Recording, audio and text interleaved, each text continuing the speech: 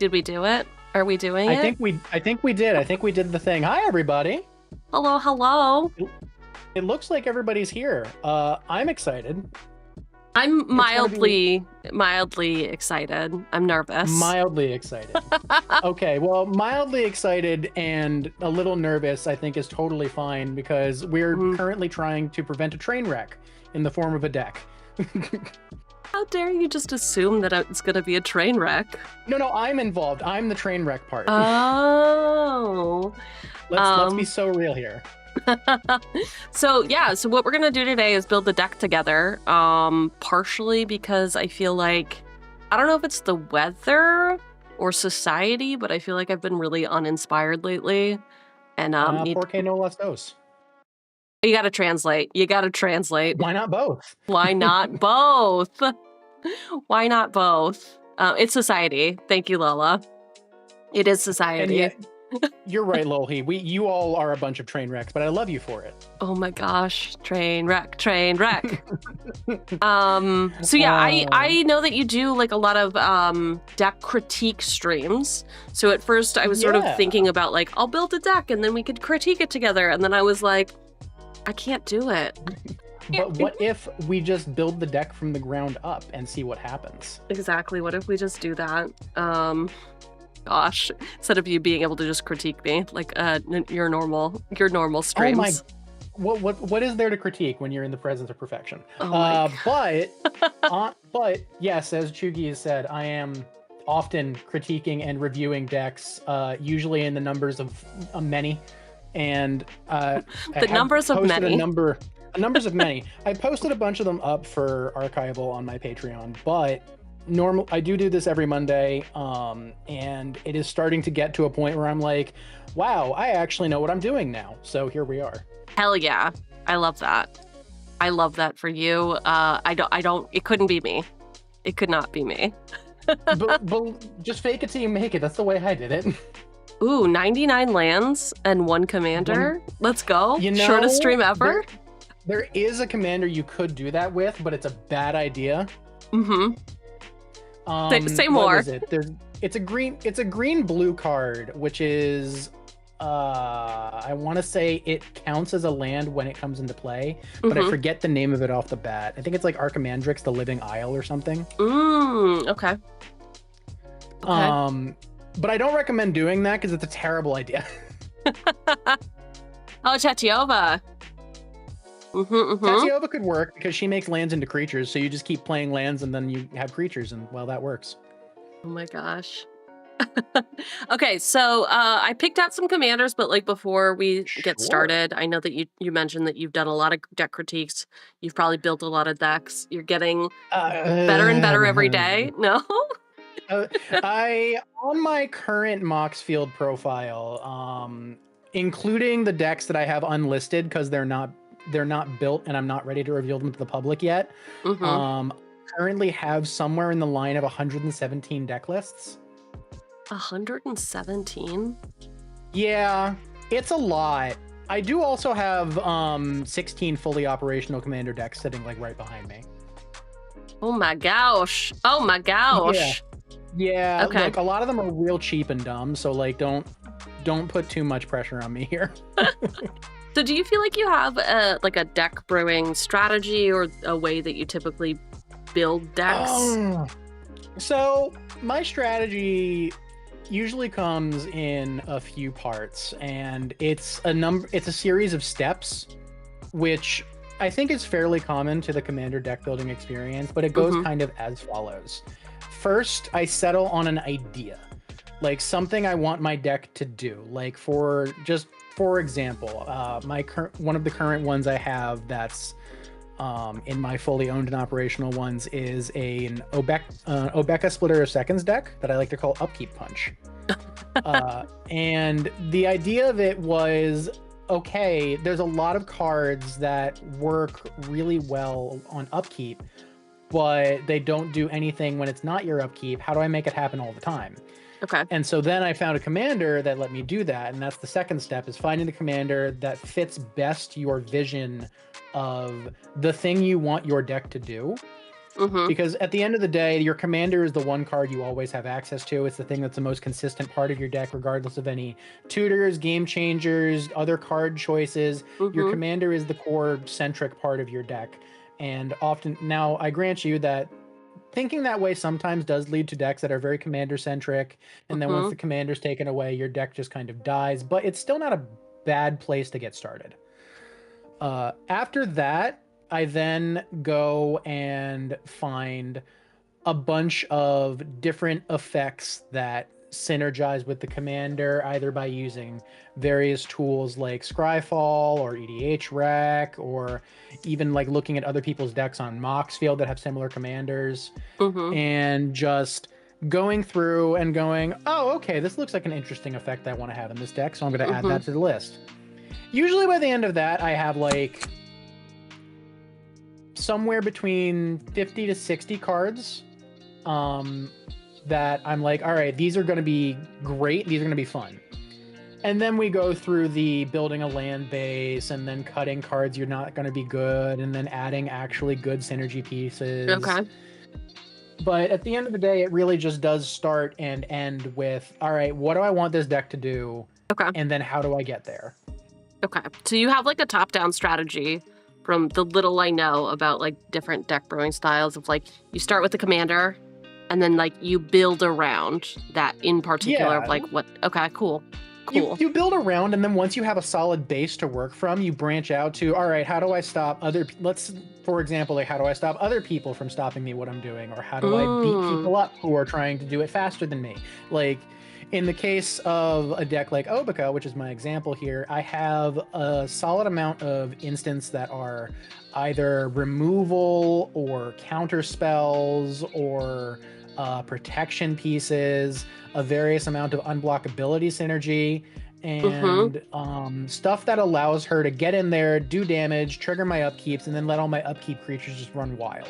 And that's kind of what you want to do with like any deck strategy, is always never think about, okay, my playtest is optimal and therefore it's fine. Your playtest is optimal because you're not sitting at a table with 3 other people who really don't like you. Oh my gosh. Brutal. And brutal. Listen, I play with friends all the time, and I play with everybody on the I think you should concede Discord, and we're all great people, and it's great to hang out with, but you gotta go into every commander game assuming that everybody wants you to give up and cry. Sure. Yeah, no one's rooting for your success. No one's rooting for your success. They're rooting for their success, which means that you got to stop them from succeeding. Okay, cool. I feel like I am well known for my ability to misplay at almost any step, stage, phase. So bestie. I feel like I try to pick cards around like things that I don't think I'm gonna fuck up, like any complex play patterns, and I know it like that scratches a very particular itch for some people, but like wrong with a big copy deck at the end of the day. Exactly. Yes. A very simple, basic. I do this and you die combo. Like, yeah, misplays. Easy stuff like that is where you start. Sure. I will say misplays are how you learn, but I will never learn. I will always misplay, and I don't have any big stoppy decks. Is the thing. I don't have any of them. No, you play a lot of black and red, don't you? From what I remember correctly. Yeah. So I was just gonna say, I feel like my deck brew strategy is always like, I want to build generally like a typal deck. So, hey, I want to go for angels. I want to go for vampires. I like whatever I want to do. Like establishing a type and then going and scouting commanders and looking at like who are all the hot ladies that would support that type of if you deck. need hot ladies in Rakdos, I got you. I know. There's so many in Rakdos. Rowan, let's go. Judith, Carnage Connoisseur, let's go. I have been enjoying my Judith Scourge Diva deck quite a lot, which is not built around typal, is actually built around a strategy of like getting her an ability. Yeah, but sacrifice is not a type. of No, but it's a creature. theme. It is It's a a theme. theme. Yes, yes. So it is a theme. Sacrifice is a theme. I feel like +1/+1 encounters a theme. There are themes, but then I look at people like, have you played with Koya much? Oh my god, I have not as much as I'd like to, and I'd love to more. The last time we played, Koya was playing her adventure deck, her budget adventure deck with Balloona Grand Squall. Such a fun little budget concept. I loved it to death. Yeah, she always has, like, her theme goes to 1,000 essentially. Like, she has a boats and hoes deck where it really is just chocobos driving vehicles, and I think she always starts from like a very theme rich place. Oh, that's wonderful. I love that though. Oh. So that's sort of my jam. I know you and I have played together a few times, but I think I tend to gravitate towards number 1, typal decks. Number 2, generally all of my decks have black in them, unless Sure. they don't. Unless And they meanwhile, don't. I tend to gravitate more towards mechanical theme.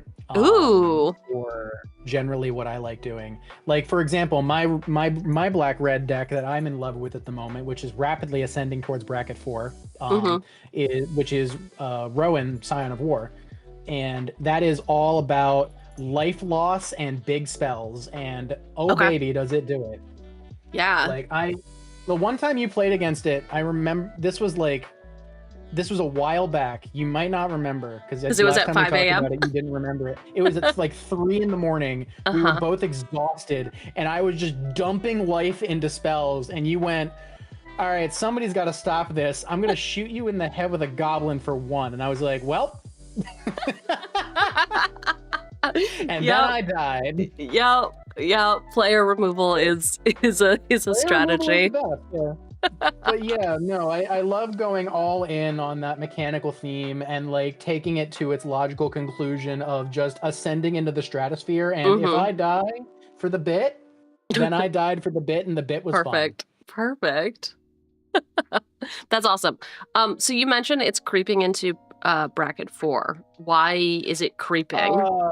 It's creeping into bracket 4 mostly because I'm hitting the point of optimization with it. Okay. Where I'm hemming and hawing over adding any more game changers or like throwing in any more pieces to like really get it there. And I think really at the end of the day, the main thing I'm trying not to spend too much money on is fully optimizing out the land base, because there's a lot of pain lands that would really send this deck like super high up, but they're like easily $20, like $15 lands. And that's like, all right, I already threw a blood crypt in there. I don't have the black red fetch land, and I need to, but it's getting to the point where I'm like, it's more of just spending a lot of money on it, and also knowing that if I get it to bracket 4 and get it up and start even optimizing even more, it is now heading to that point of I might as well just be able to CADH deck. Sure. Or alternatively, it's like, okay, now I'm in bracket 4. Not a lot of people at my LGS are playing bracket 4. They're either playing casual or they're playing C. Ooh, okay, so you actually do get to play in person. Yeah, I do. Every Saturday, I usually try to go out. I haven't been for like a month because I've been like in poor physical health, unfortunately. But usually I try to once a week, every Saturday, go down to my local LGS. Shout out to Mulligan Games. They're awesome. And go down there. I love their logo. Yeah, they got a big M. It's pretty great. They do. They got a big M. But yeah, I go down there and I play with, I have a usual pod I play with. They also do C tournaments out there, which I'm thinking of getting into soon as I can, get a deck for that sort of thing together. Or which will take some time because CEDH cards are not cheap. No, they're really not. They run, the land base itself just runs you like a couple $100, and I'm just like, and that's before the dual lands. Yep. We don't talk about those. We don't talk about those. Those are secret. But yeah, no, it is. Rowan is my deck that I love just playing super high power. It's got a Jessica's Will. It's got a bunch of like card draw tutor effects. It has a Necropotence. It's got all sorts of ridiculous bull combos that just slam everything into the ground at top speed. And it is one of those decks that if I'm not winning by turn 5, I'm probably not winning. Okay. But if I'm going to win, it's on turn 4 or 5 and everybody dies all at once. Nice. Okay. So that's why I'm saying it's creeping to bracket 4. It's creeping to bracket 4. Okay. I would say it's currently a very high 3 on the edge. Okay, you're edging 3s. Love that. Oh my god. Get your mind out of the gutter and back in the cardboard. My mind was not in the gutter. Where is your mind? I don't know, honestly. I left it behind a while ago. Oh no. Oh no. Okay, so I wanted to show you some commanders I was thinking of building, and maybe we could just like talk about, or any are there any that you would be interested in building with me, first of all? Because they're all things I was interested in building. But I do feel, like I said, I feel like I'm stuck in a rut. And I kind of get shaken loose. Oh, no, I get that. But here's the thing. When it comes to theory crafting, I'm usually willing to build almost anything. The only things that I super hard avoid building like 90% of the time are monocolored decks, specifically mostly mono green. And the big reason for that is just this is not a universal thing or a universal experience. I started Magic as a mono blue player. Like way back, I was playing with my parents' like Ice Age revised cards. Wait, your parents are into Magic? My parents were both at one point regional judges. Holy cow, the lore. Yeah, like this was ages ago, and they were not like big names. Like this was like small brackets, you know. That's fine. It's interesting. They had huge collections, and so I got into it at a very young age. And then from there, I learned to love blue very, very early on because consent is key. And then from very quickly, I transitioned into Dimir. And it was honestly, that's where I stayed for a long time. This was before I even learned of anything like Commander, so I'm building like 60 card like jank decks, and just making everybody hate playing Magic with me because I used to play blue all the time. And back in the day, the only way to play blue was the way that makes everybody hate you, and it's counterspells and mill. Sure, I feel like we know some people who just still do that. I mean, everybody knows at least one just mono blue mill player, right? Like everybody. I will say person with that brewback deck. I will say I don't care. I've never cared. I like pretending to care. Pretending to care is all sorts of fun because you can razz your friends and be like, my cards are in the graveyard. What are you doing to me? But that shit has never bothered me. No, you can't. If you let yourself get bothered by milling cards or exiling cards or whatever, then it's like you need to find either Xanax or a new game. Like maybe both. Maybe both. But yeah, and when I transitioned to blue black at the time, that was still very much the thing, but with the addition of also you get to play with the graveyard. So that, and then somebody introduced me to this concept called Elder Dragon Highlander. This was back in like the early thousands, I want to say. Okay. U stands for the blue, and Warburg, it stands for you need to leave. That's love so that. true. I love That's that. so true. But yeah, somebody introduced me to the concept of Elder Dragon Highlander and said, so you pick this legendary creature and you go out and you and you put 99 cards in, and I was like, oh, okay, I can do that.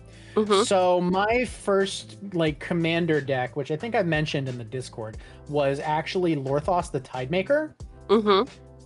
And it was an absolute, like, looking back on it, like, at the time I thought it was hilarious and fun. Looking back on it, it was an absolute misery to play against. Oh no. Like, it was so bad because it was just, oh, hey, I'm gonna tap all your stuff down, your stuff doesn't untap, all your stuff gets bounced to hand, I'm countering all your spells. It was awful to play against. It was the worst.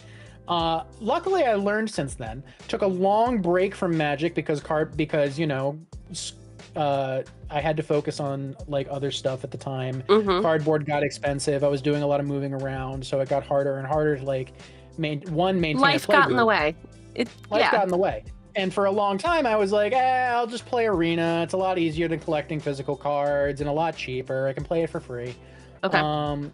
And then suddenly out of nowhere, I got sucked back in by a couple of my viewers and friends going, hey, Tabletop Simulator has a Magic the Gathering option. And I went, oh, I didn't know that was a thing. Let me check this out. And so here I am loading this for the first time and going, oh, this is cool. It can play 60 card formats and stuff. And then my friend All Gothic Gwyn said, you know, they released like pre-constructed like commander decks for these intellectual properties. And I went, one, what's commander?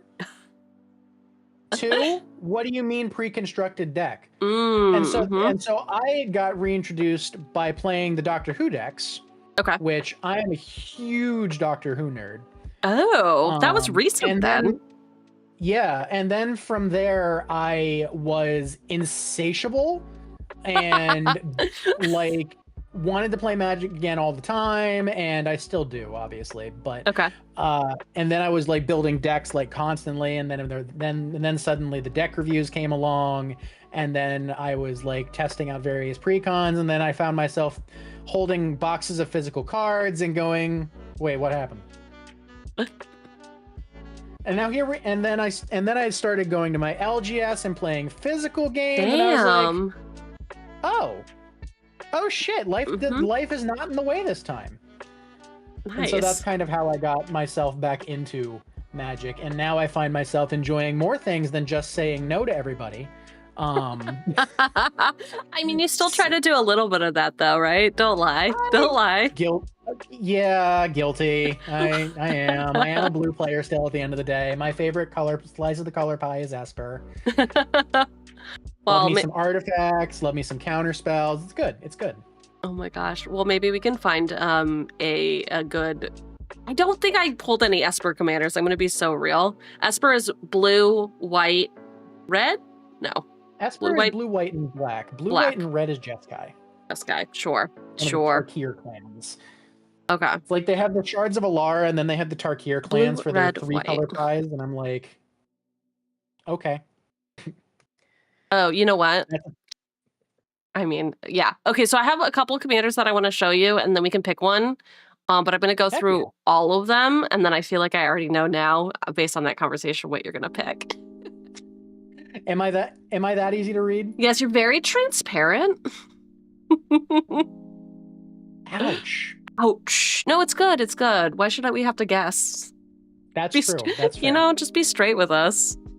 All right. Unfortunately, that's impossible for me. I'm sorry. Impossible? Improbable, yeah, I can't be maybe. Oh. Look at you. Double meanings and all. Double entendres are pretty fun. So true. Right. I am pulling up a Scryfall so I can show people the commanders we're talking about. I love that. I will say that I'm snooping on your stream. I love that you and I are very close together on your stream, and I put us so far apart. Well, I just tend to group things in the same corner. No, I like it. I do. It's me. I'm the problem. Cheugy's like, no, get the heck away from me, and I'm like, but we're friends. Aren't we such good friends? Aren't we such good friends? And it's like arm's length. Thank you. Yeah, leave enough space for Jesus between us on screen. Okay. Did I break you? Listen, it's the leaving enough space for Jesus for me. Jesus has no space here. It's fine. Oh my gosh. I actually, okay. So you're going to pull up Scryfall. Excellent. Yep. I am, like I said, I am sharing screen with you so you can see this beforehand if you want. But the first commander I chose is a typal commander. So I was thinking of doing soldiers. This is Jirina Kudro. Jirina Kudro, and I misspelled that. Wouldn't it be great if I could read it though? Wouldn't it be great if I could spell things? Oh, I am a hissy cat. Yes. Yes. So yes, like I said, typal. She is the strength that keeps us alive. Compassion is what keeps us human, which I have neither strength nor compassion. So well, maybe you we'll can see how maybe that you goes. can learn. That's how I evolve. She cares about humans. She cares about humans and soldiers. And so in particular, she makes soldiers. Oh, she cares. Yes, you're right. You cast a commander from the command zone. Mm-hmm. So she cares about recasting herself. She cares about commanders. She cares about humans, and she cares about entering the battlefield. Exactly. To me, I don't know what this says to you. Yeah, to me, this says one, human typal. Uh-huh. Obviously, like human typal is super easy here. She makes humans, she buffs humans, humans are great. But they gotta go to war. Two, they gotta be real workhorses. They gotta be real workhorses. Two, this leads me to think of Mardu Blink. Say more. Because she cares about she's entering. She cares about ETBs, right? Yeah. There's a lot of humans out there that also care about ETBs. Okay. Yeah. And we got a lot of blank and like white, right? But you got a lot of blank and white, yeah. Okay. And there's not as much in red or black. Right.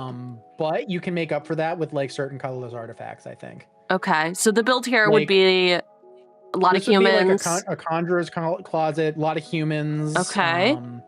Various like instant or enchantment blink effects. Or alternatively, something that would be very fun to add to this, like a Cloudstone Curio type build, like for various combo pieces. Which just lets you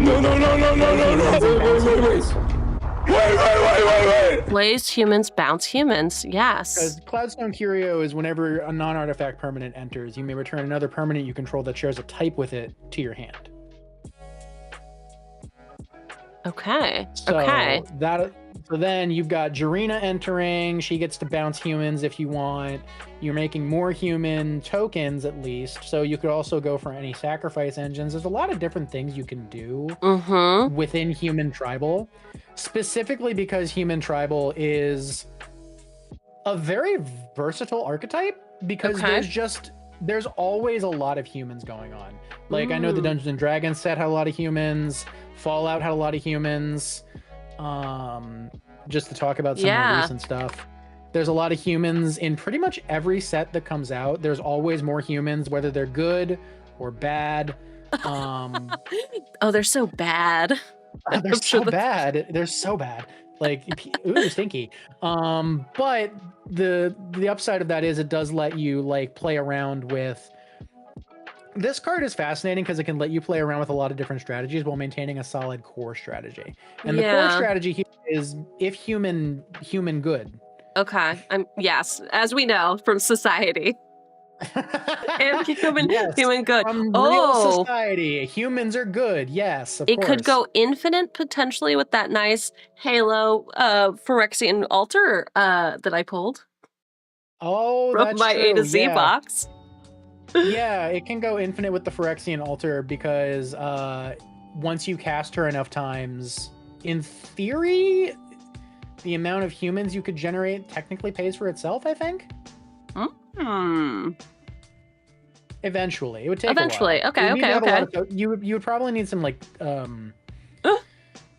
token doublers and whatnot. Okay, so aside from that, is the strategy mostly like go wide with a lot of little dinky humans and then swing in? Okay. Yeah, she'd be a lot. She's make a big board of humans and human soldiers and then overrun literally everybody you can.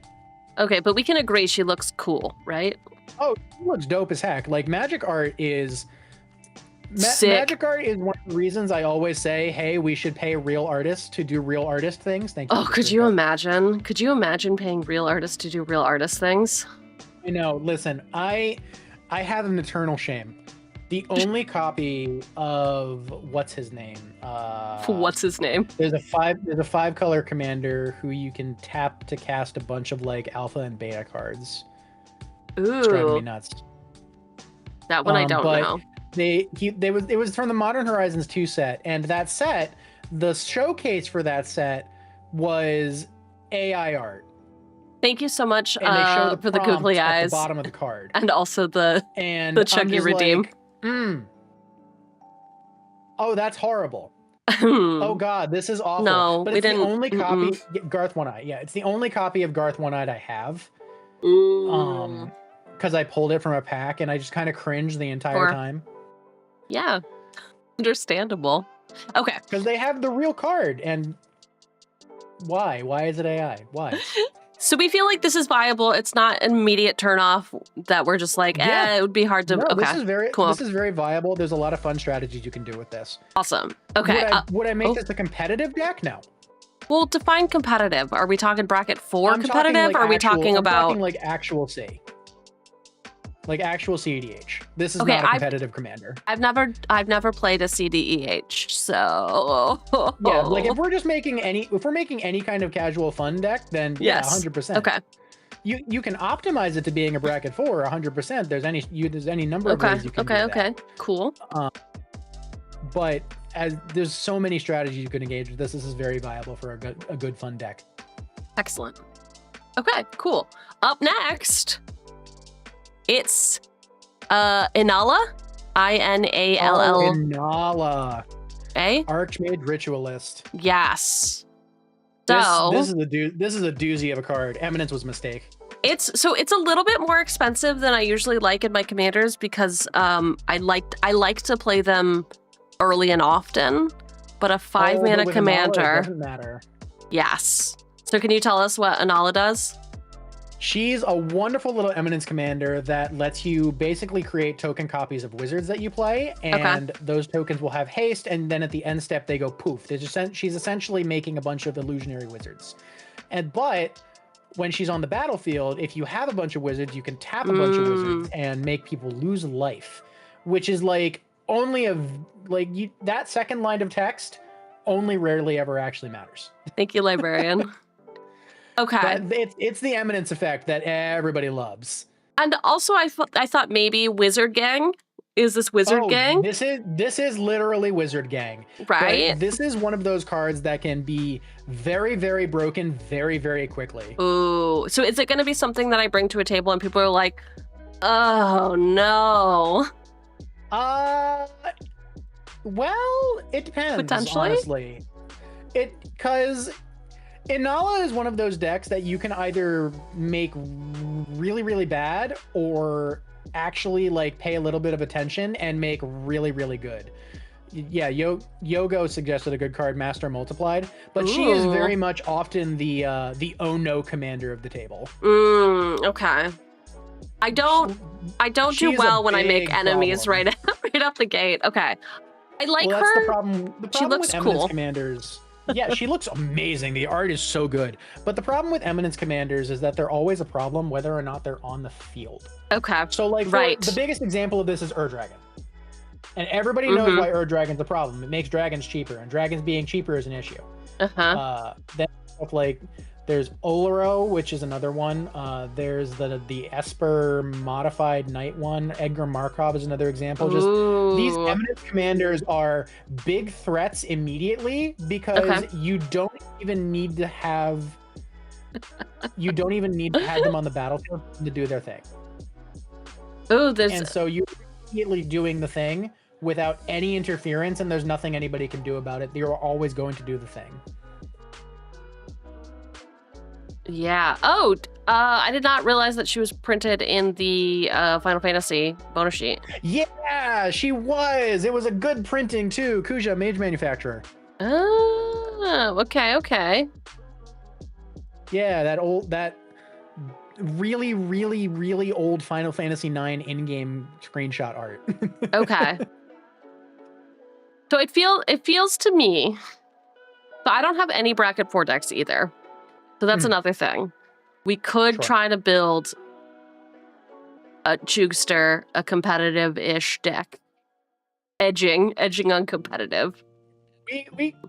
We could try and get there. Okay. I will warn you, it's gonna be a lot of cards that are like, well, this doesn't seem very fun. Oh, it's like, you're right. It's not. It's to win. Because the point, once you get to high bracket 3, bracket 4, I would say, because not every bracket 3 deck does this, but high bracket 3 deck does this, is you are we're not playing with kid gloves anymore. Like, we've taken off the boxing gloves, we have put on the brass knuckles. Okay. So it is a lot of game changers, especially in bracket 4, where nobody cares about how many you're running. You are planning for all of your lands to be destroyed at least once. You are expecting things like mass destruction of non-land permanents, mass destruction of artifacts. Basic land checks like Blood Moon, 100% something you're expecting in bracket 4. Various amounts of, hey, do you want to run against like the worst stacks deck of all time and still be able to play the game? Okay. Like, you have to imagine a world where you're playing every card you're playing through Mesmeric Orb, Winter Orb, and a defense grid. Is that fun for people? Yeah, actually, some people have a lot of fun doing that. Right, they do. They have a lot of fun. Not you, okay? All right, good to know. I don't do that. I like actually being able to relax when I play a game of Commander. Yeah. It's like misplays are good. Misplays are fun. Everybody loves a good misplay. Chilling out is fun. Monty likes stacks. All right. All right, There's fair. nothing wrong with stacks as long as you are willing to accept that everybody is going to misunderstand what you're doing to the table. Okay. It feels like everything we've said right now, she's too powerful for me. She's off the table at this point. Unless you want to aim for like an okay wizard typo, which will only sometimes be satisfying, yeah. Okay. All right. One day I'll have you. All right. Up next is 𝕃𝕚𝕟𝕜𝕤𝕟𝕜𝕤's Light. So with this, I don't have an equipment deck. I have an aura deck. This can also be an aura deck too, which is fun. Yeah, so I already have an aura deck, but I don't have an equipment deck, and I did open the Buster Sword. And that's just sitting on the shelf collecting dust. It's extremely high aura on that one. Right?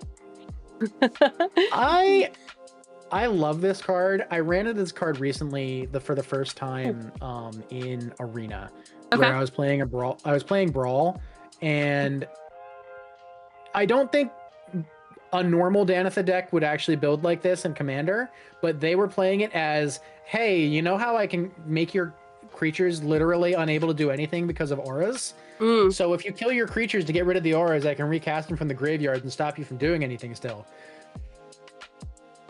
And that was really annoying, but like the way you want to do it with the equipment deck, I'm like, okay, so Buster Sword, obviously. I'm thinking Living Weapon is also a great option here. Okay. Or Job Select from Final Fantasy.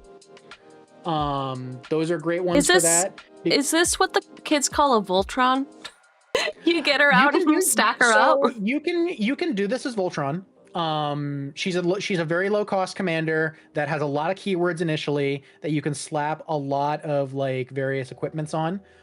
Or alternatively, like I said, you can do this as like Job Select Living Weapon style equipments where you are replaying the equipments from graveyards and generating bodies to attach them to.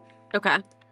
And then once you can then re-equip onto the main body of 𝕃𝕚𝕟 if you want to or need to, and or other supplementary creatures in the deck.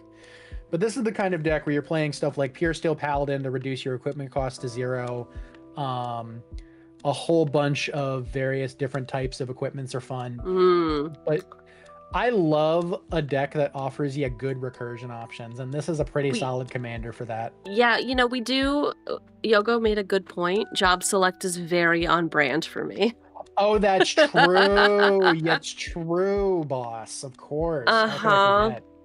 Okay. I do have some like on theme. I did pick some like commanders that are quote unquote on theme, but I wouldn't know what to do with them. But yeah, job select would be like a job select build here. Okay. Anything else like speaking to you about this card, or like here's like some things that you might want to look out for? Maybe it's not good for these things. So your biggest weakness for a deck like this is the unfortunate fact that it includes that lovely fun balancing phrase that says once during each of your turns. And if it removed... The party doesn't stop until everyone's pregnant. Or once during each of your turns, that would be great. And that would be... But it would also be broken. And... So she is very well balanced as an individual card.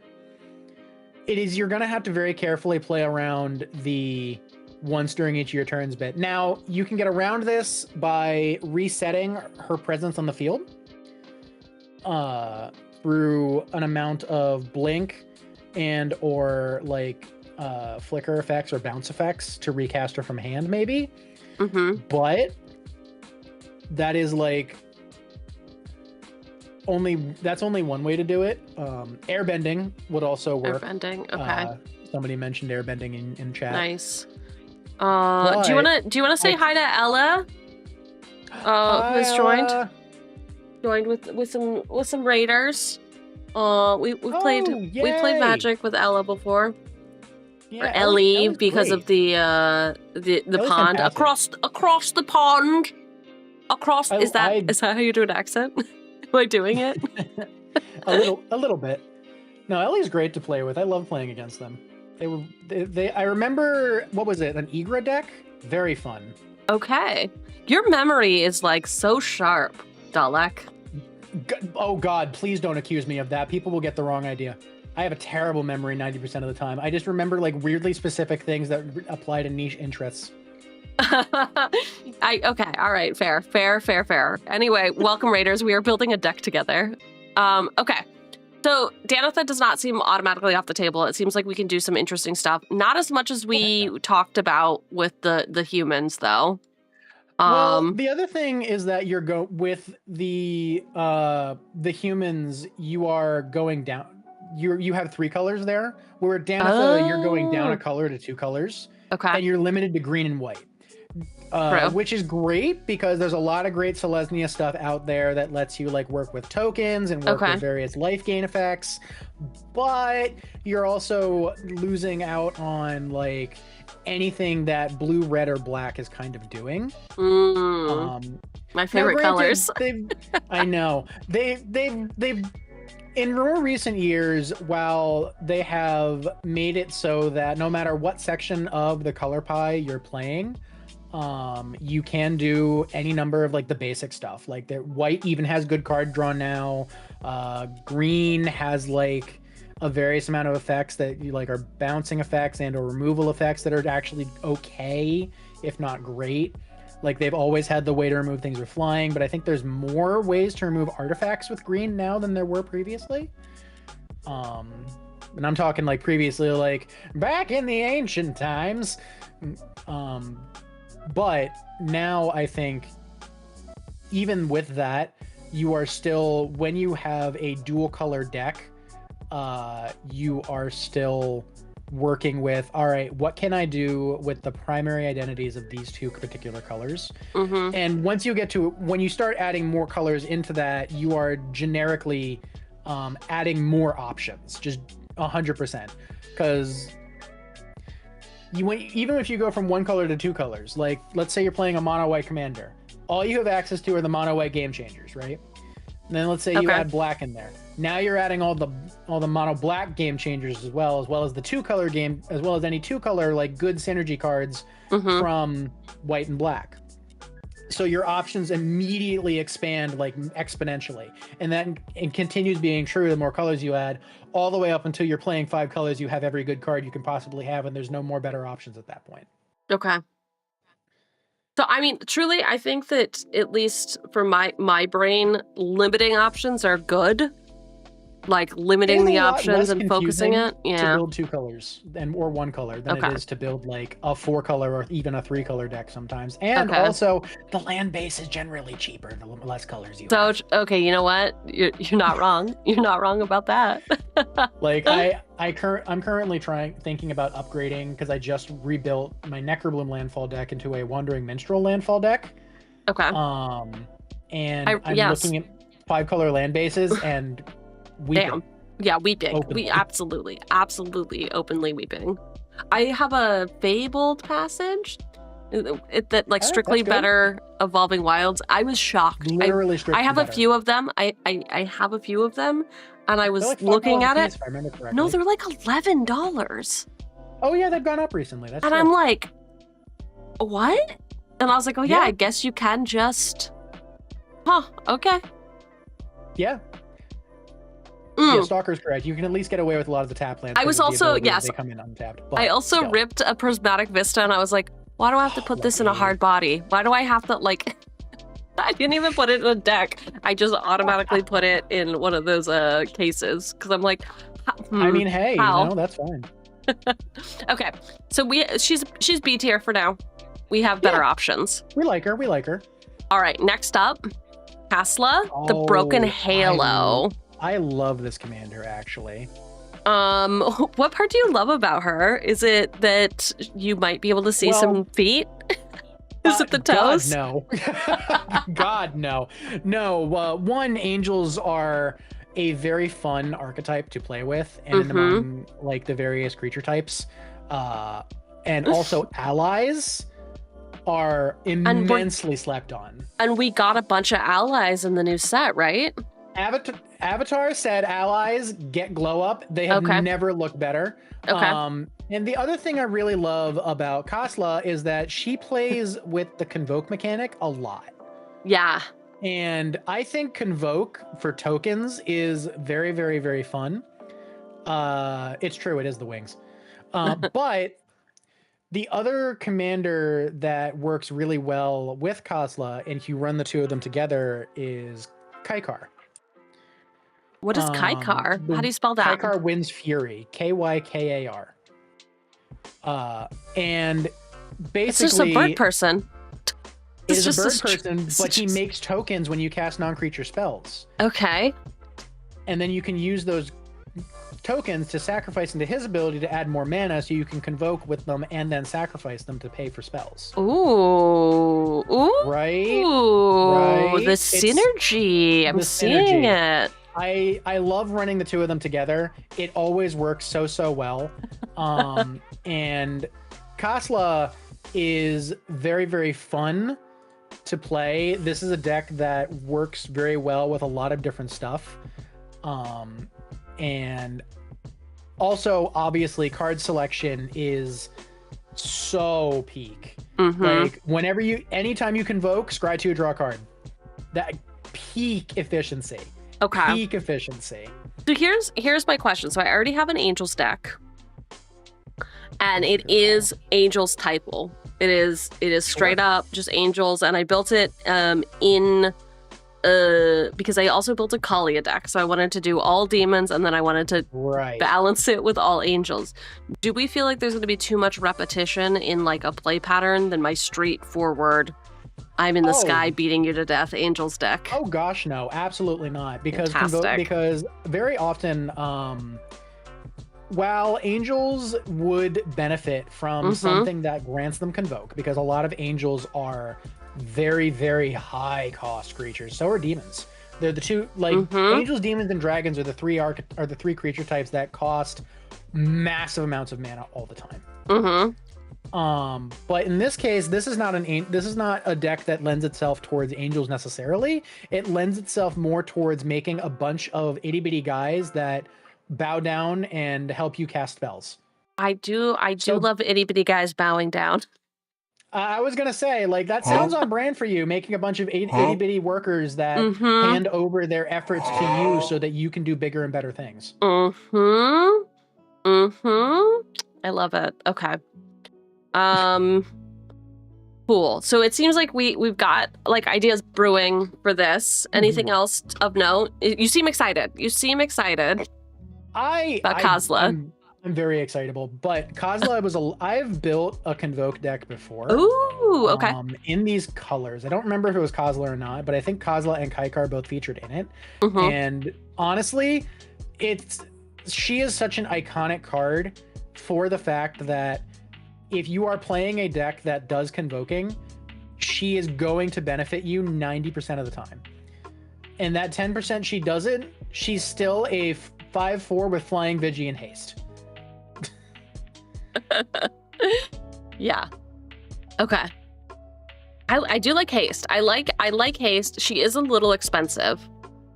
She is a little expensive, but she also has that very handy Convoke keyword. Right? The Convoke keyword. Yeah. Okay. Exactly. So she herself is convocable. The spells around her are convocable. It's a good time. Ayo. She's very convocable. Okay, cool. So she's made it into our cut. Next up, Mayel, Mayyael, the anima. Mayel. Mayel. Yes. So You said Big Stompy. Did you not say Big Stompy? I did say Big Stompy. I am. Choose your words carefully. Apparently. I like the card. Okay. I feel like this is one of those cards that the words on the card are very deceptive as to what they actually mean. Ooh, okay. So what it looks like it says, right, is, oh, I pay 6 mana, I get a big creature, and that's it. That is 90% of the time.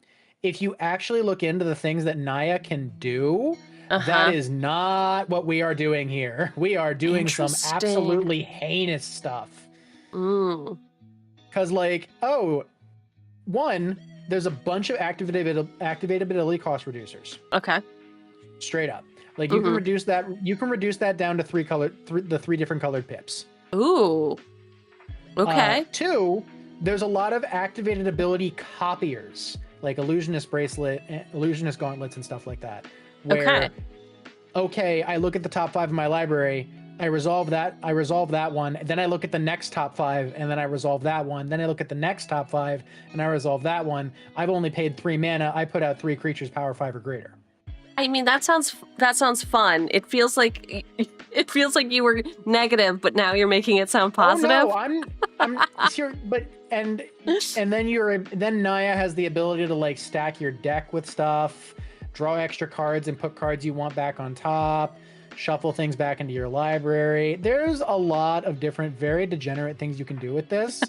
And it's not a negative thing. This is not a negative thing, but I'm always very, very careful when I'm building a commander like this, because if I have a thing I want to do with this commander, I want to make sure that I'm sticking to doing that thing and not the thing the commander itself wants to do naturally, as well as more degenerate stuff on top of that.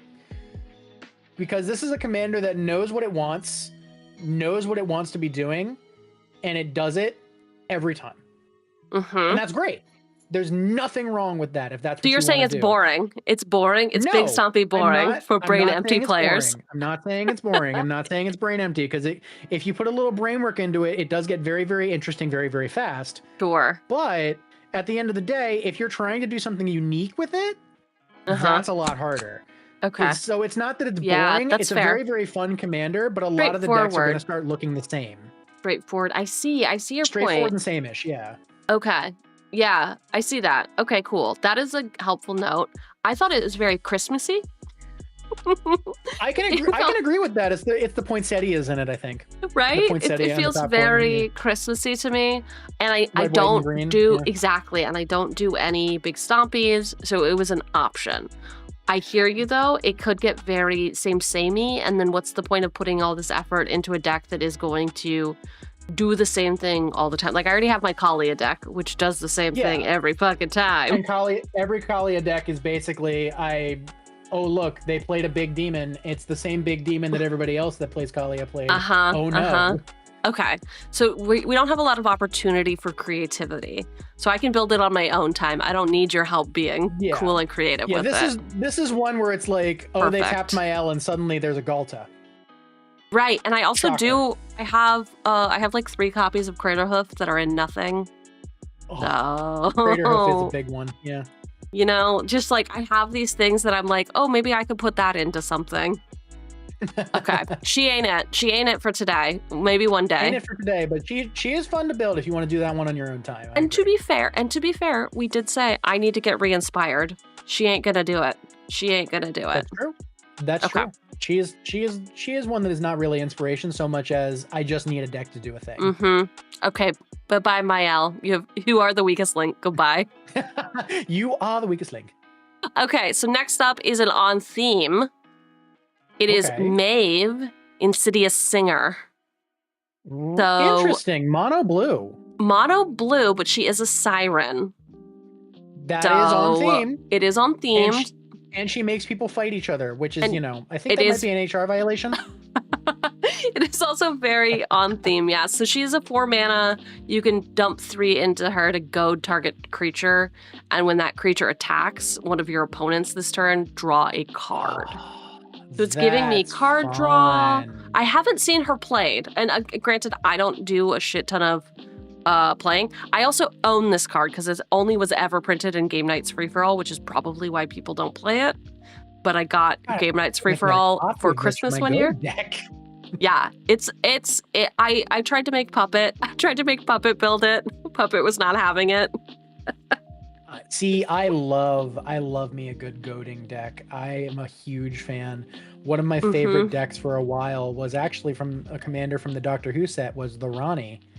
And it is a Grixis goading deck, and it is so much fun to play. I do not win. Okay. I come in second place, but I sit in the corner holding the camcorder in the high school hallway yelling World Star, and it's great. And that's, I feel, what a lot of goad decks like end up being. Sure. I think because this is mono blue, this is going to force you to be more creative with it. But right. This is and I'm not a blue player, and you remember you love blue playing, and I feel like you could really turn me onto it. This is a deck where I can see effects like Bident of Thassa going out there, like having a good time.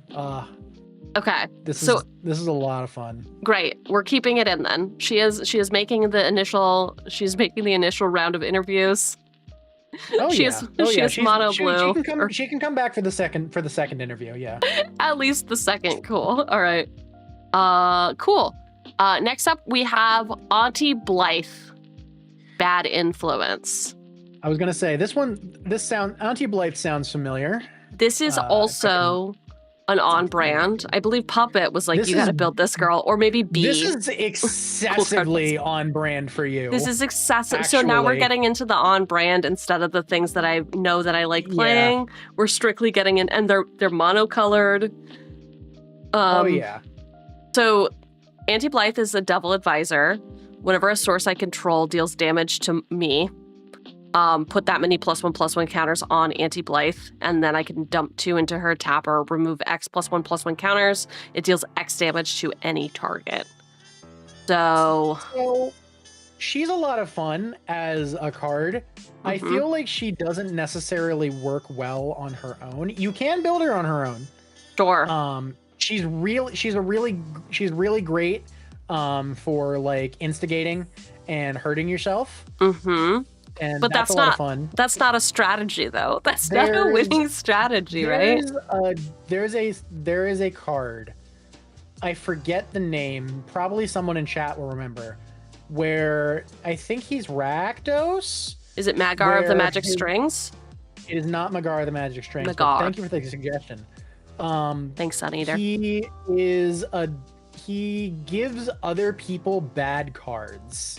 Ooh. And I'm trying to remember. He cares very heavily about giving other people cards and making sure you're giving out like bad permanents. Blim.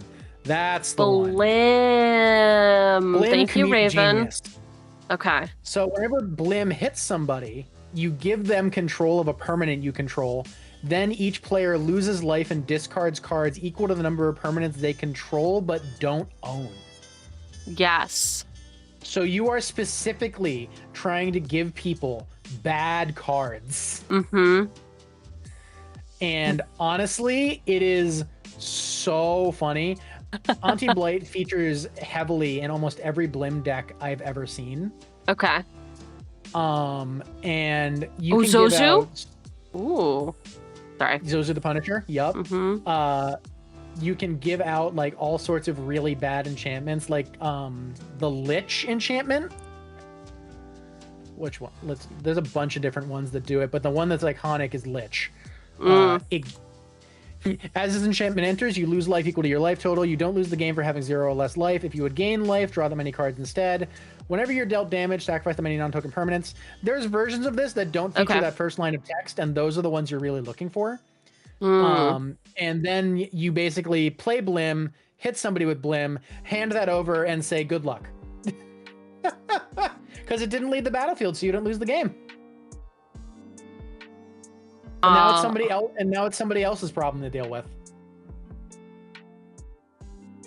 Yeah. Okay. All right. Okay. This was very on theme, but now that I'm looking at it, I want to see Raven's deck. So Raven's in my community and has a Blythe deck, and seems like it's great.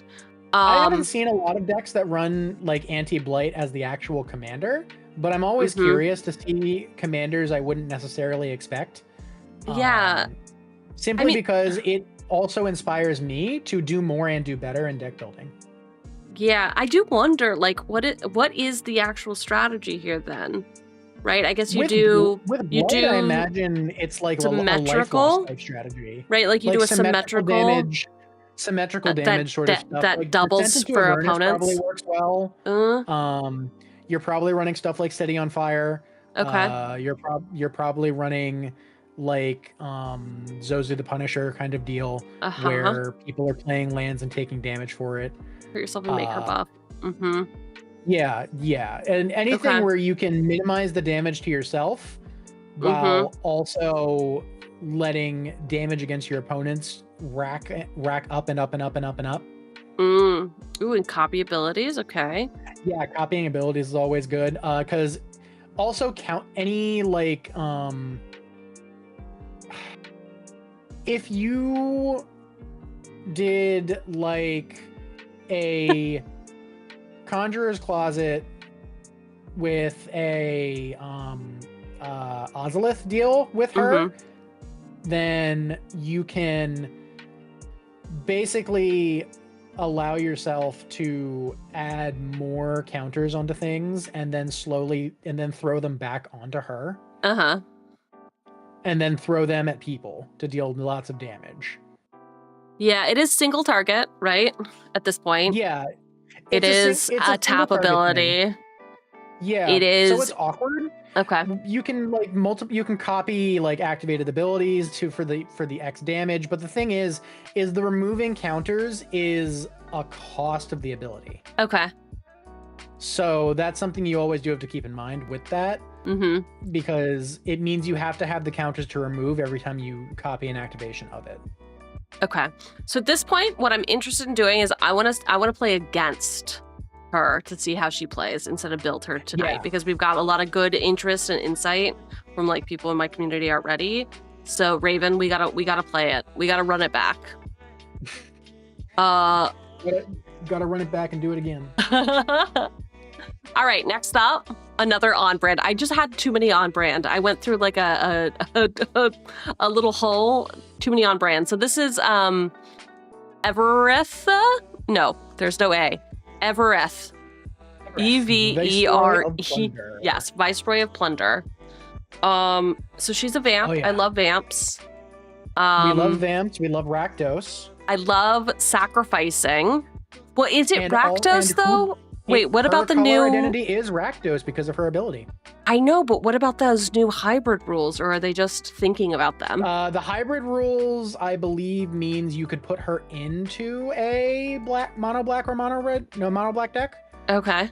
Specifically. It's weird that it can count and also not count. Yeah.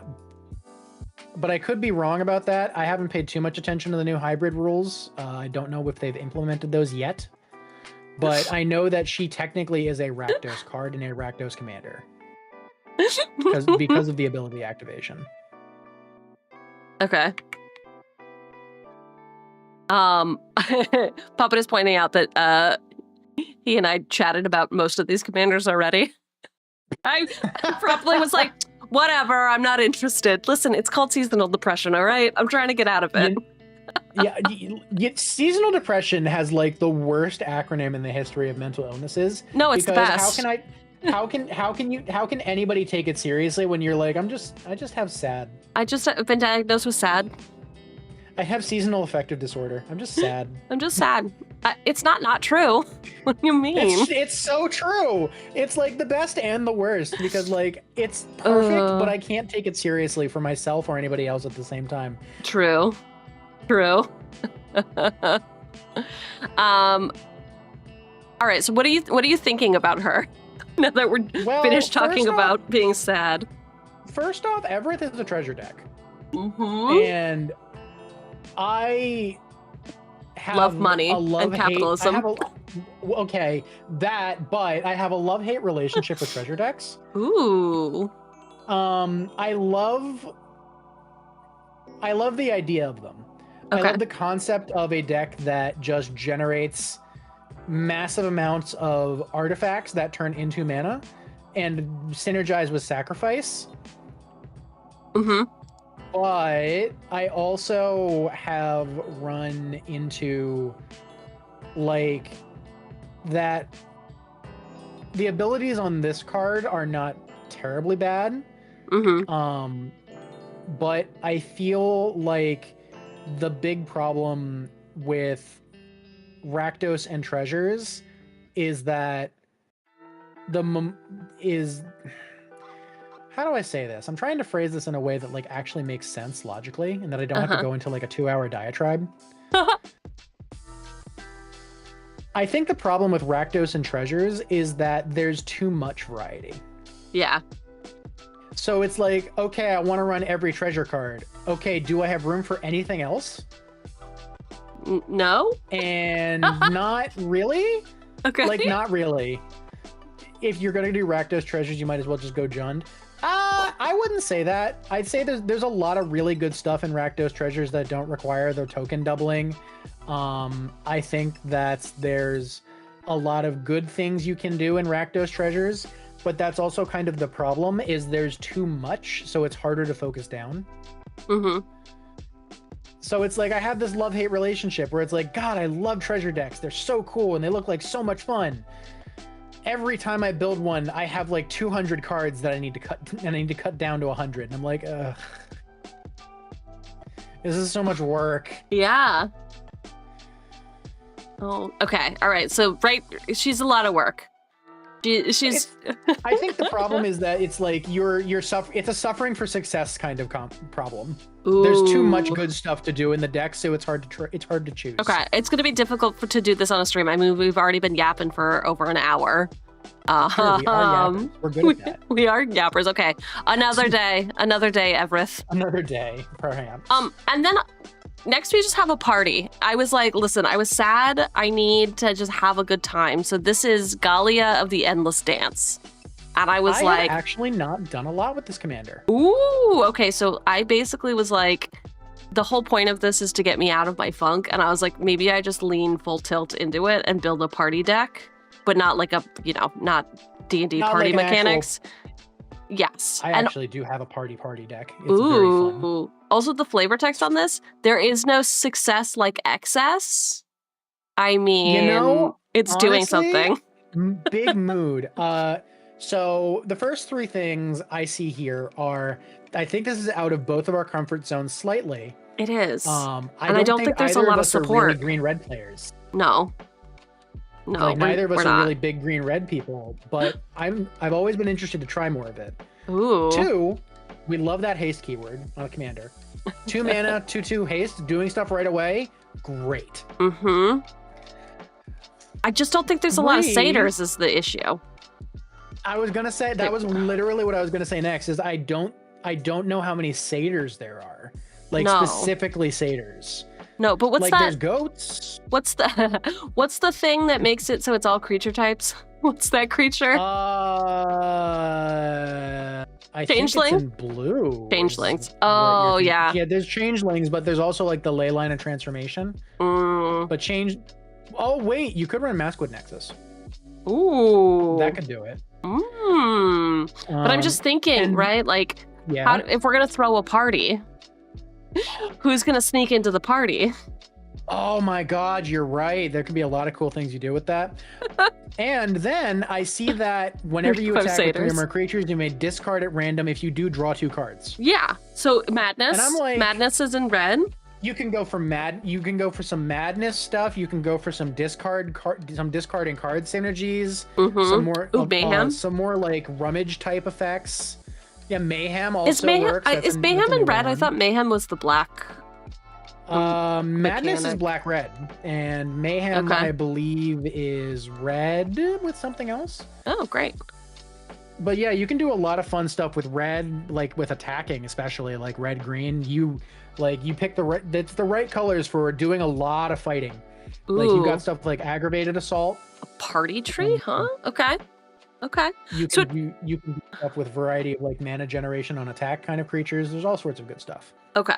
And then, yeah, so this is more like flavor win, where it's like, listen, we're throwing a party, we're doing some debauchery, we're sleeping with the boss, etc. I'm so sorry? forth. Have you ever You're done that? sleeping with the boss. I'm arm's length from the boss, as you may remember.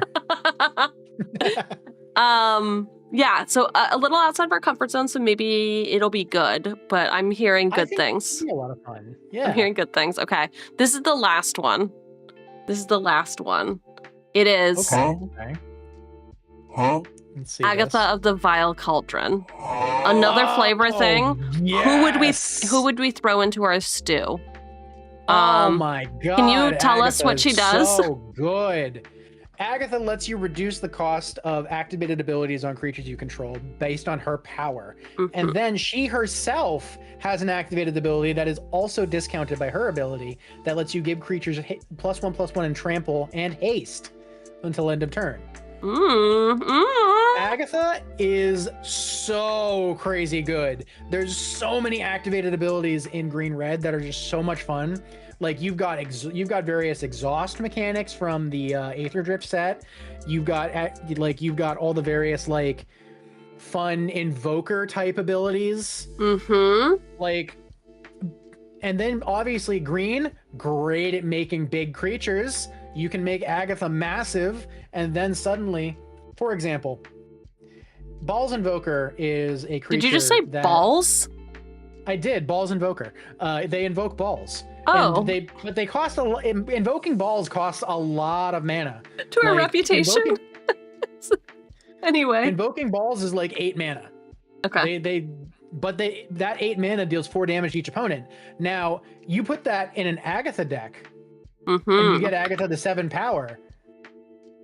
Suddenly, you're shooting everybody in the face for 4 damage by spending 1 mana. Sounds fun. Sounds like And then my idea of it's a like, Friday oh, no, night. I have 8 mana. Everybody takes 32 damage. Next turn. Eee. Okay. All right. Agatha is a wonderful, wonderful, wonderful commander who lets you do some absolutely disgusting things with very, very cheap activated abilities. Oh my And goodness. there's so many great ways to have fun with it. And I fell in love with Agatha when I was watching an episode of Commander at Home, actually, Oh. where I think Brian Kibler actually came out with this with Agatha as a deck. I think he also premiered it on game nights. I don't remember. But it goes so hard, so fast, and it's just sheerly wonderful.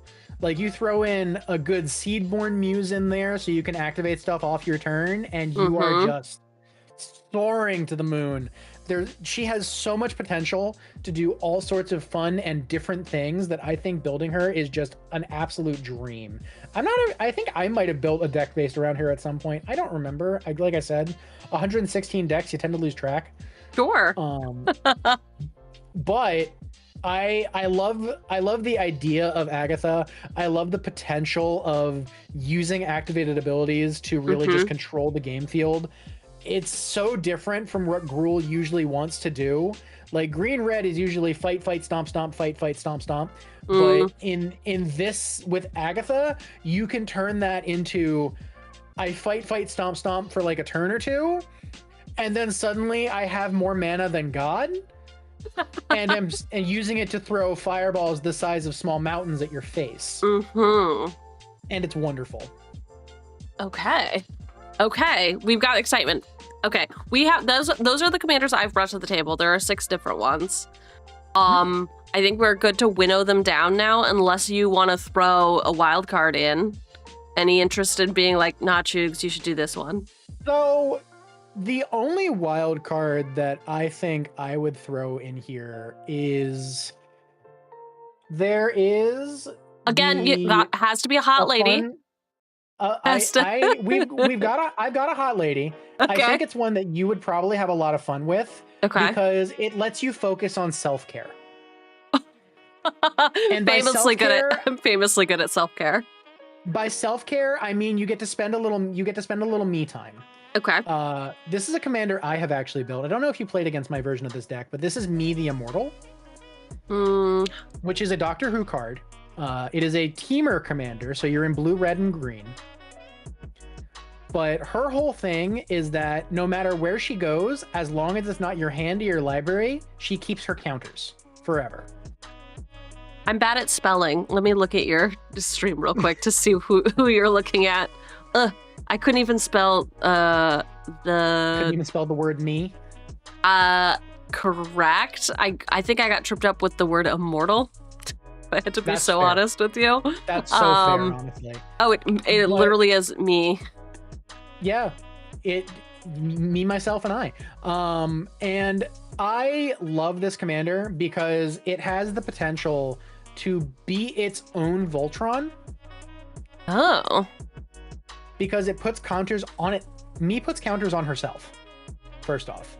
And 3 of the types of counters you can put on me are keyword counters. Okay. And as long as you're not putting her in your hand or getting her tucked into your library, she's fine. She keeps her counters forever. And you can recast her from your graveyard by discarding some cards, which is whatever. Ooh. Yeah. So which means basically she's always 5 mana as long as you're willing to deal with her being in the graveyard for a little bit. And she always keeps her counters. Okay. I have gotten me sheerly with counters alone, no bonuses on power or toughness from equipment, to 28/28 lethal damage on one swing. And people invited you back after that? People were like, yeah, you're cool. I mean, well, I mean, invite's a hard word to really quantify here. Like, I mean, they volunteered in the Discord for the game, so they knew what I was playing. They knew what I was playing beforehand. Oh my goodness. But no, this card is a lot of fun. I don't think I built it as powerful as it possibly could be, but it is. There's so many things you can do with +1/+1 counter synergy, or even just counter synergy in green and blue, and even in red. There's a little bit of it. Like earlier, where you mentioned anti-blight. There's a lot of like counter doublers and stuff that you can throw in with green and blue that would help like cards like that really shine more. Interesting. Now, people in your chat are suggesting like Helm of the Host, various shapeshifters, and I'm like, yeah, that could also work. There's also stuff like Colonian Hydra, where every time it swings, it doubles the amount of +1/+1 counters on creatures you control. Okay. So I am going to start a poll on my channel. I'm going to put Me the Immortal in. We have to remove 2. So Danitha's out for me, unless you're thinking. Danitha's out is Danitha's totally out. fine. And then I think maybe also you leave Blight for another time. Blight is out. Blight's already out. Yeah, Okay, but Blight said Galia, yeah. I'm thinking Galia's on the chopping block. So right now we have Given that we're Janira, also playing with Agatha, I think that Galia can probably go on the right? chopping It's either, block for, like, a later to me, date. it was either Galia or Agatha. Okay, cool. I made the right choice. I'm going to start a 10-minute poll. You can do additional votes for 100 clout, and I'm going to leave it for 5 minutes while we keep talking. Sounds good. Just to get that out of the way. Just to see if chat has an opinion about which commander. Chat's being opinionated? Say it ain't so. I know, say it ain't so. Say it ain't so. I think we got a lot of good contenders. Honestly, every single commander we've looked at today has either been a very interesting, fun choice, or a choice that has a lot of like inspiration and viability to it. And some of them, and the ones we picked have overlapped. I think the ones you picked out have overlapped on both in a lot of ways. So I think it makes it more fun to build when you have a commander that not only has a lot of ways you can build them, but also a lot. Even if you're building, no matter which way you're building them, they are still viable and going to be strong in that particular setup.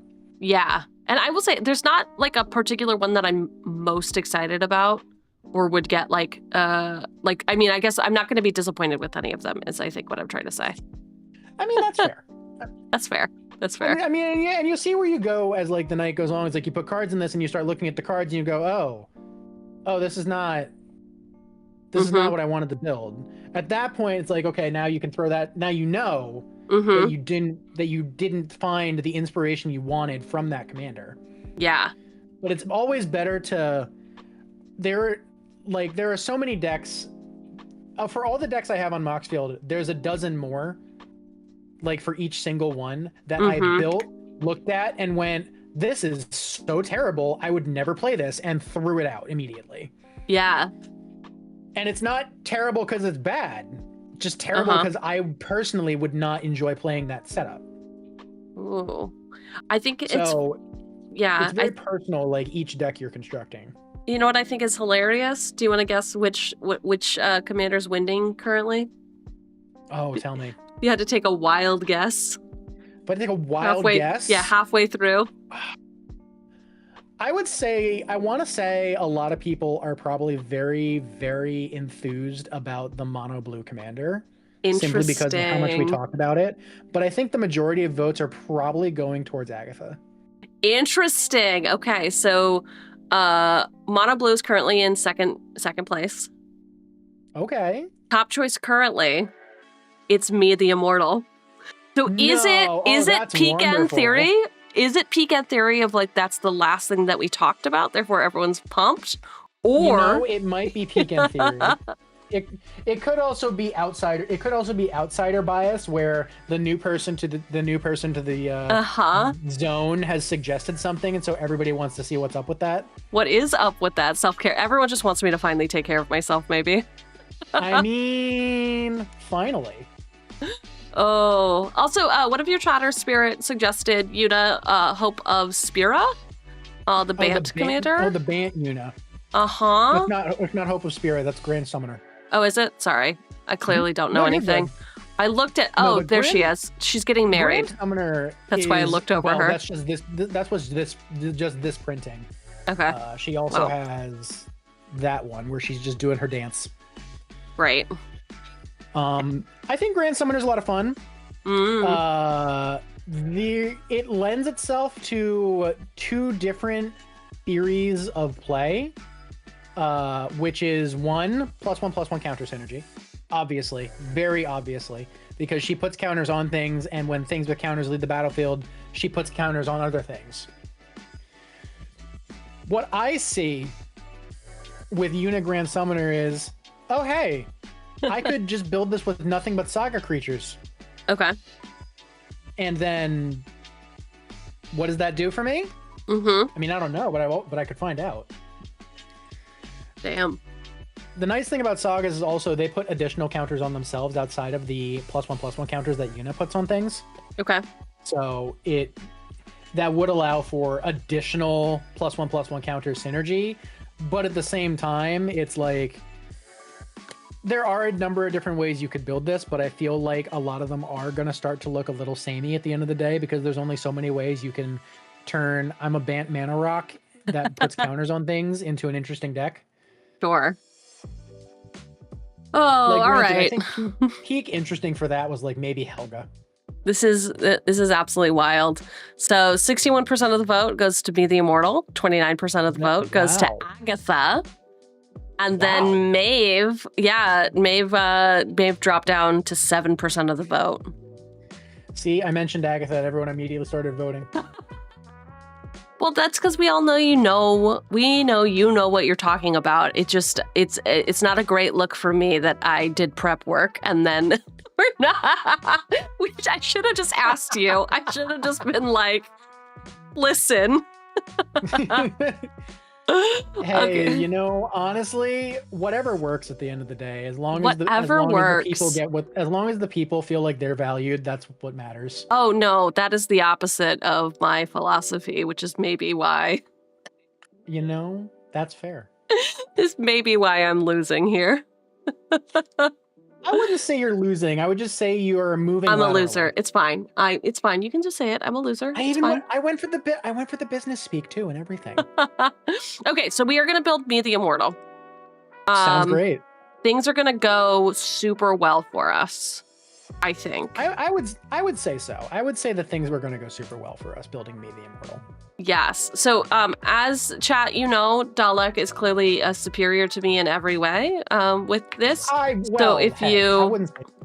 In most every way, is that fair? I am sharing their Moxfield link for you all if you do want to check out other brews of theirs. You don't have any of your fucking socials linked on here. What's your deal? What's your deal? I'm bad at social media. You're bad at social media. Your Twitch though. You could put your Twitch on here.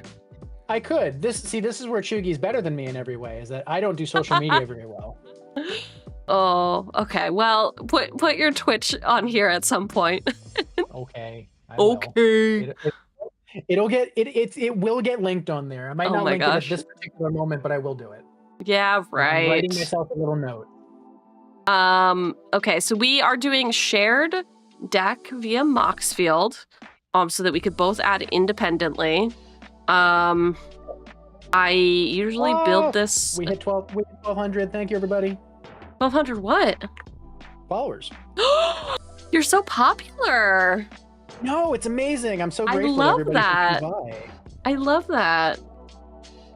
I made an offhanded comment that I was like, I don't think I'm gonna reach 1,000 ever. Like what? And everyone was like, what are you talking about? Why wouldn't you? You're so gonna get there. You're so popular. What are you talking about? No, Dalek, I had to look because I was like, oh wait, what am I even at? What am I even at? And I was like, oh yeah, I guess we might get there. I wasn't even thinking about it. I literally just don't think about it.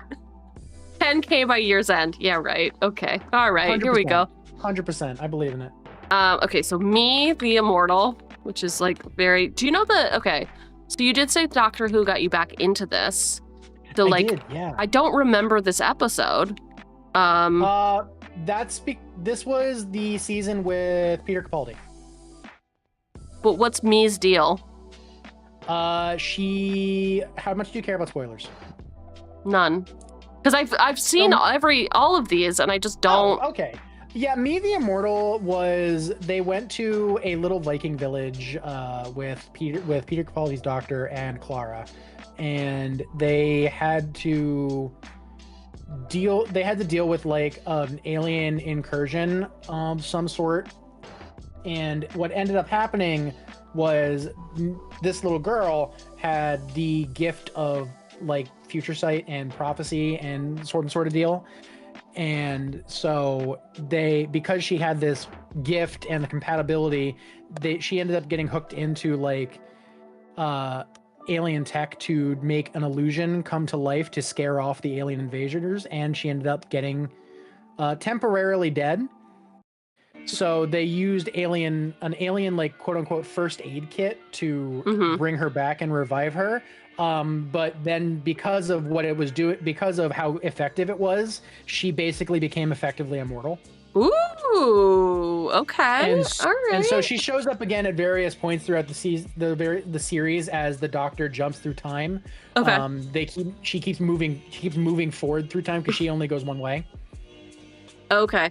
Until this particular scene which is the art they're showing, is her sitting in a chair looking out from her like space mansion, I guess, at the end of the universe because she's outlived everybody. Oh, okay. So that's literally a picture of the last immortal at the end of everything.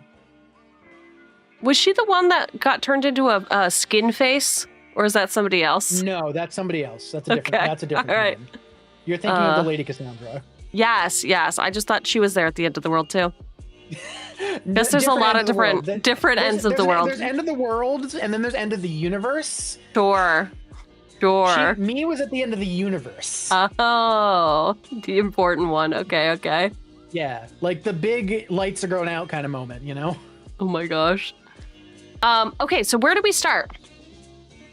All right. Well, the important thing to start is obviously with this is we want to know what we're doing with the deck. And with me, the answer can be very, very simply stated as, do you want to do like Voltron sort of deal where you make me as humongous as possible? The most selfish person in the world, sure. Right. Or do you want to make a bunch of clones of you, or me, Ooh. I guess, in this, and then have me, you, her, whatever, do. Playing this deck makes for a bunch of fun syntax conversations. Yes. Okay, I'm gonna hit me. I'm gonna use me. Me, not me. Which copy of me? You, yes. Right. Yeah. And then, but if you're making clones, it gets even worse. Okay. I probably don't want to make clones because just a lot of things to manage, a lot of infinite tokens, etc. So we want to. So we're going tall, not wide. Let's try to go tall. Let's see how big I can get. All right, so the easiest way to go tall with me is by doing like a lot of counter doublers, like stuff like that. The first one that comes to mind for me is like branching evolution. Okay. Because that's just, if you put counters on it, put twice as many. If you put +1/+1 counters on something, put twice as many +1/+1 counters on it. Okay. Very, very straight up. Lots of like effects like that are usually going to go very well. Anything that allows for +1/+1 counter manipulation is also pretty good. So how much do you use like Scryfall syntax to narrow down your cards? Like, do you use I do like usually if I'm looking for something, I will go, if I'm looking for a specific word, like if I'm looking for counter cards, I'll go counter. One step ahead of you. Look at me. Count. And then I'll say commander less than or equal to, and then whatever the commander's colors are. So in this case, we're typing in rug because that's red, blue, green. So, okay, but then, in Moxfield, you don't actually have to do that. It'll already do your commanders for you. Right, in Moxfield, you don't have to do that. You just have to look for counters. I'm just looking on Scryfall, and I also have to add game paper because otherwise it pulls up arena cards. Okay. So let's see. Obviously, this is also going to bring up a bunch of irrelevant cards, which I need to kind of sift through because it'll bring up stuff like the rad counters stuff, or like other various irrelevant stuff like that. Yeah. Okay. And obviously, stuff that gives counters to just itself is not necessarily ideal, and then you have to pay attention to like irrelevant counter types. But here, stuff like this, Afia Grove. This enchantment enters with 3 +1/+1 counters on it. During your upkeep, put one of these counters on target creature. If Afia Grove has none of these counters on it, sacrifice it. Now, granted, this is not a great one, but it is an example of like, okay, manipulating +1/+1 counters actually does work. And could you, now that we're doing this, Dalek, can you actually share your screen via Discord for me? You know how to I can make an attempt. It's 2 separate computers. That's a little harder. Oh, then never mind. It's fine. I was just thinking of what's the easiest way to see what you're seeing. I don't know if it'll let me record and virtual cam. Dude, don't worry about it. I'm sorting it out. I'm just gonna set you up on a smaller screen, and I will deal with the delay. I have you open on another monitor as well. Well, there you go.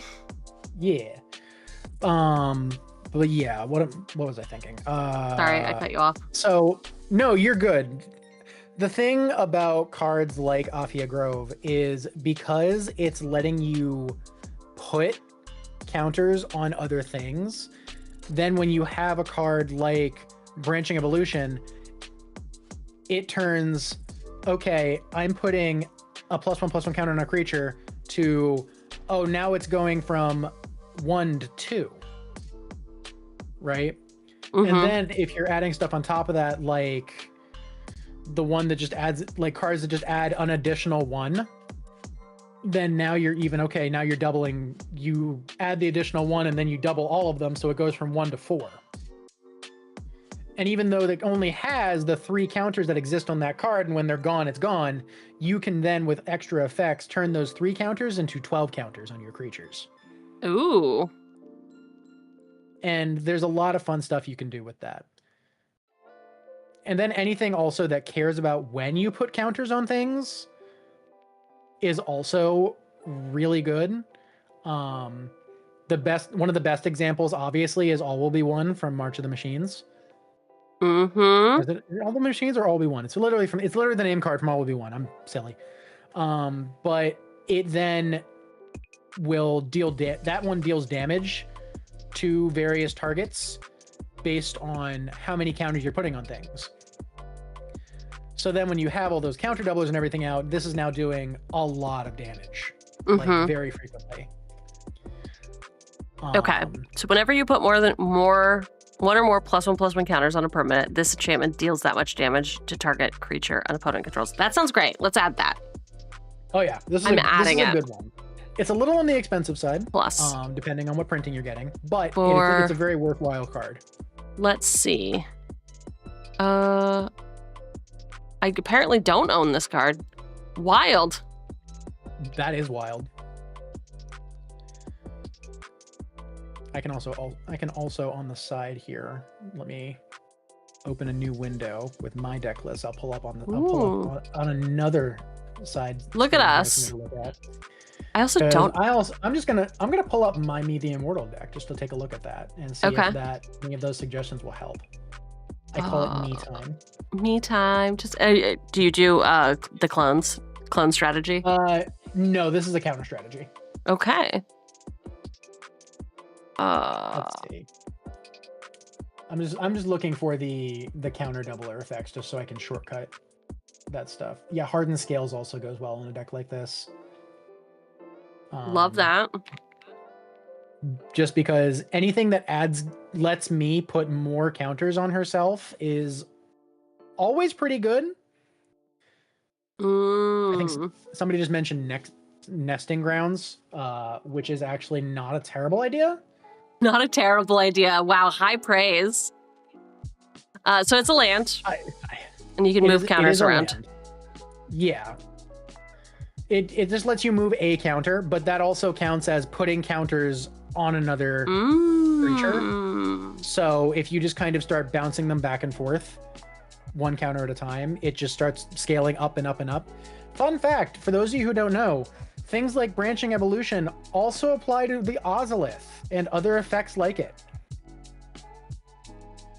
So if you are taking counters off of an Ozolith and putting them onto a creature, you're doubling those too. Whoa, old card. What are your thoughts on Strength of Will? Recently reprinted in Spider-Man, but came from Omen Paths through the Omen Paths. This is that's the same thing. I understand. A really good card for me specifically, because what you do with me is obviously she is a kind of commander that is going to just be trying to kill people through commander damage. Okay. So she's going to be in combat a lot. So indestructible protection pieces and stuff like that, and like unblockable protection pieces are generally really, really good. Strength of Will is a very good like single target synergy with me specifically, because it not only allows her to be that indestructible, it also puts more counters on her. Okay. So I think that's 100% a good include. Perfect. Good one, Yogo. A fun include that I have found with me, specifically because she can give herself the menace keyword. And this is one actually I think a lot of people aren't necessarily thinking of, because this is actually a more recent enchantment from Edge of Eternities. This is We're edging. Meltstrider's Resolve. We are edging a little bit, yeah. Meltstrider's Resolve. Enchant creature you control. When this aura enters, enchanted creature fights up to one target creature an opponent controls. Enchanted creature gets +0/+2 and cannot be blocked by more than one creature. When you put the menace keyword on a creature that can't be blocked by more than one creature, what happens? Who knows? Who knows? Can't be Who's blocked, to say? period. Under any circumstances. Just is entirely unblockable. Okay. Can't be blocked. Yeah. This is one that I've discovered when I was looking for, all right, I want some fight enchantments to make me go beat up other creatures. I need ways to make her harder to kill, because she's a little, she's a little small without her counters. She's a little one. She's a 3/3, right? And then I read that last line of text, and I read the ruling on menace, and I was like, yeah. Oh no. Oh no. Oh no. No, it's unblockable. Let's go. Let's do this. Oh, this one's scary. Oh. Tekuthal? What do we got? Oh, Tekuthal is great. Basically, it's just, would you like to proliferate? Would you like to proliferate again? Which works if you are willing to put in proliferation effects to the deck. A very easy one to include for me, because of the fact that you're running the blue, is Inexorable Tide. Very easy to trigger. Just, did you cast a spell? Cool, proliferate. Just straight up, just proliferate. Did you cast anything? Doesn't matter what you cast. So there's a lot of fun things you can do with there's a lot of fun things you can do with that. So if you wanted to include the Tekuthal, I would say you also include effects like this. Okay.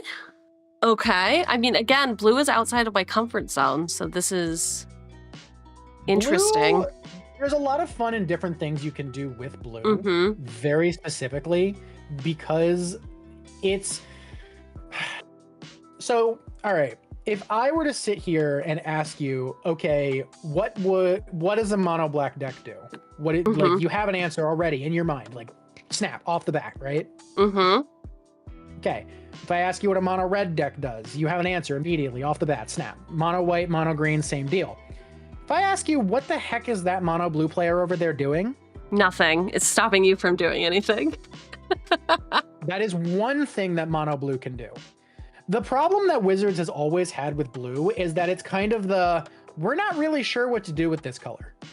I thought it was meant to give everyone blue balls. What do you mean? That was the very early days. That was the very early days. The thing about blue is that the idea of blue is it's the color of knowledge. It's the color of secrets, of delving for more, like looking for more like knowledge and stuff like that. And so they kind of just go, I mean, this is sort of a knowledge thing. It's blue. We're not sure why. Dabba-dee-dabba-die. So blue, like, has a lot of like weird synergies with other colors that you wouldn't necessarily expect, because the mono blue cards of that color also work as cards of the other colors. So it's very interesting. So like for example, like an effect like this, where you're proliferating every time you cast a spell.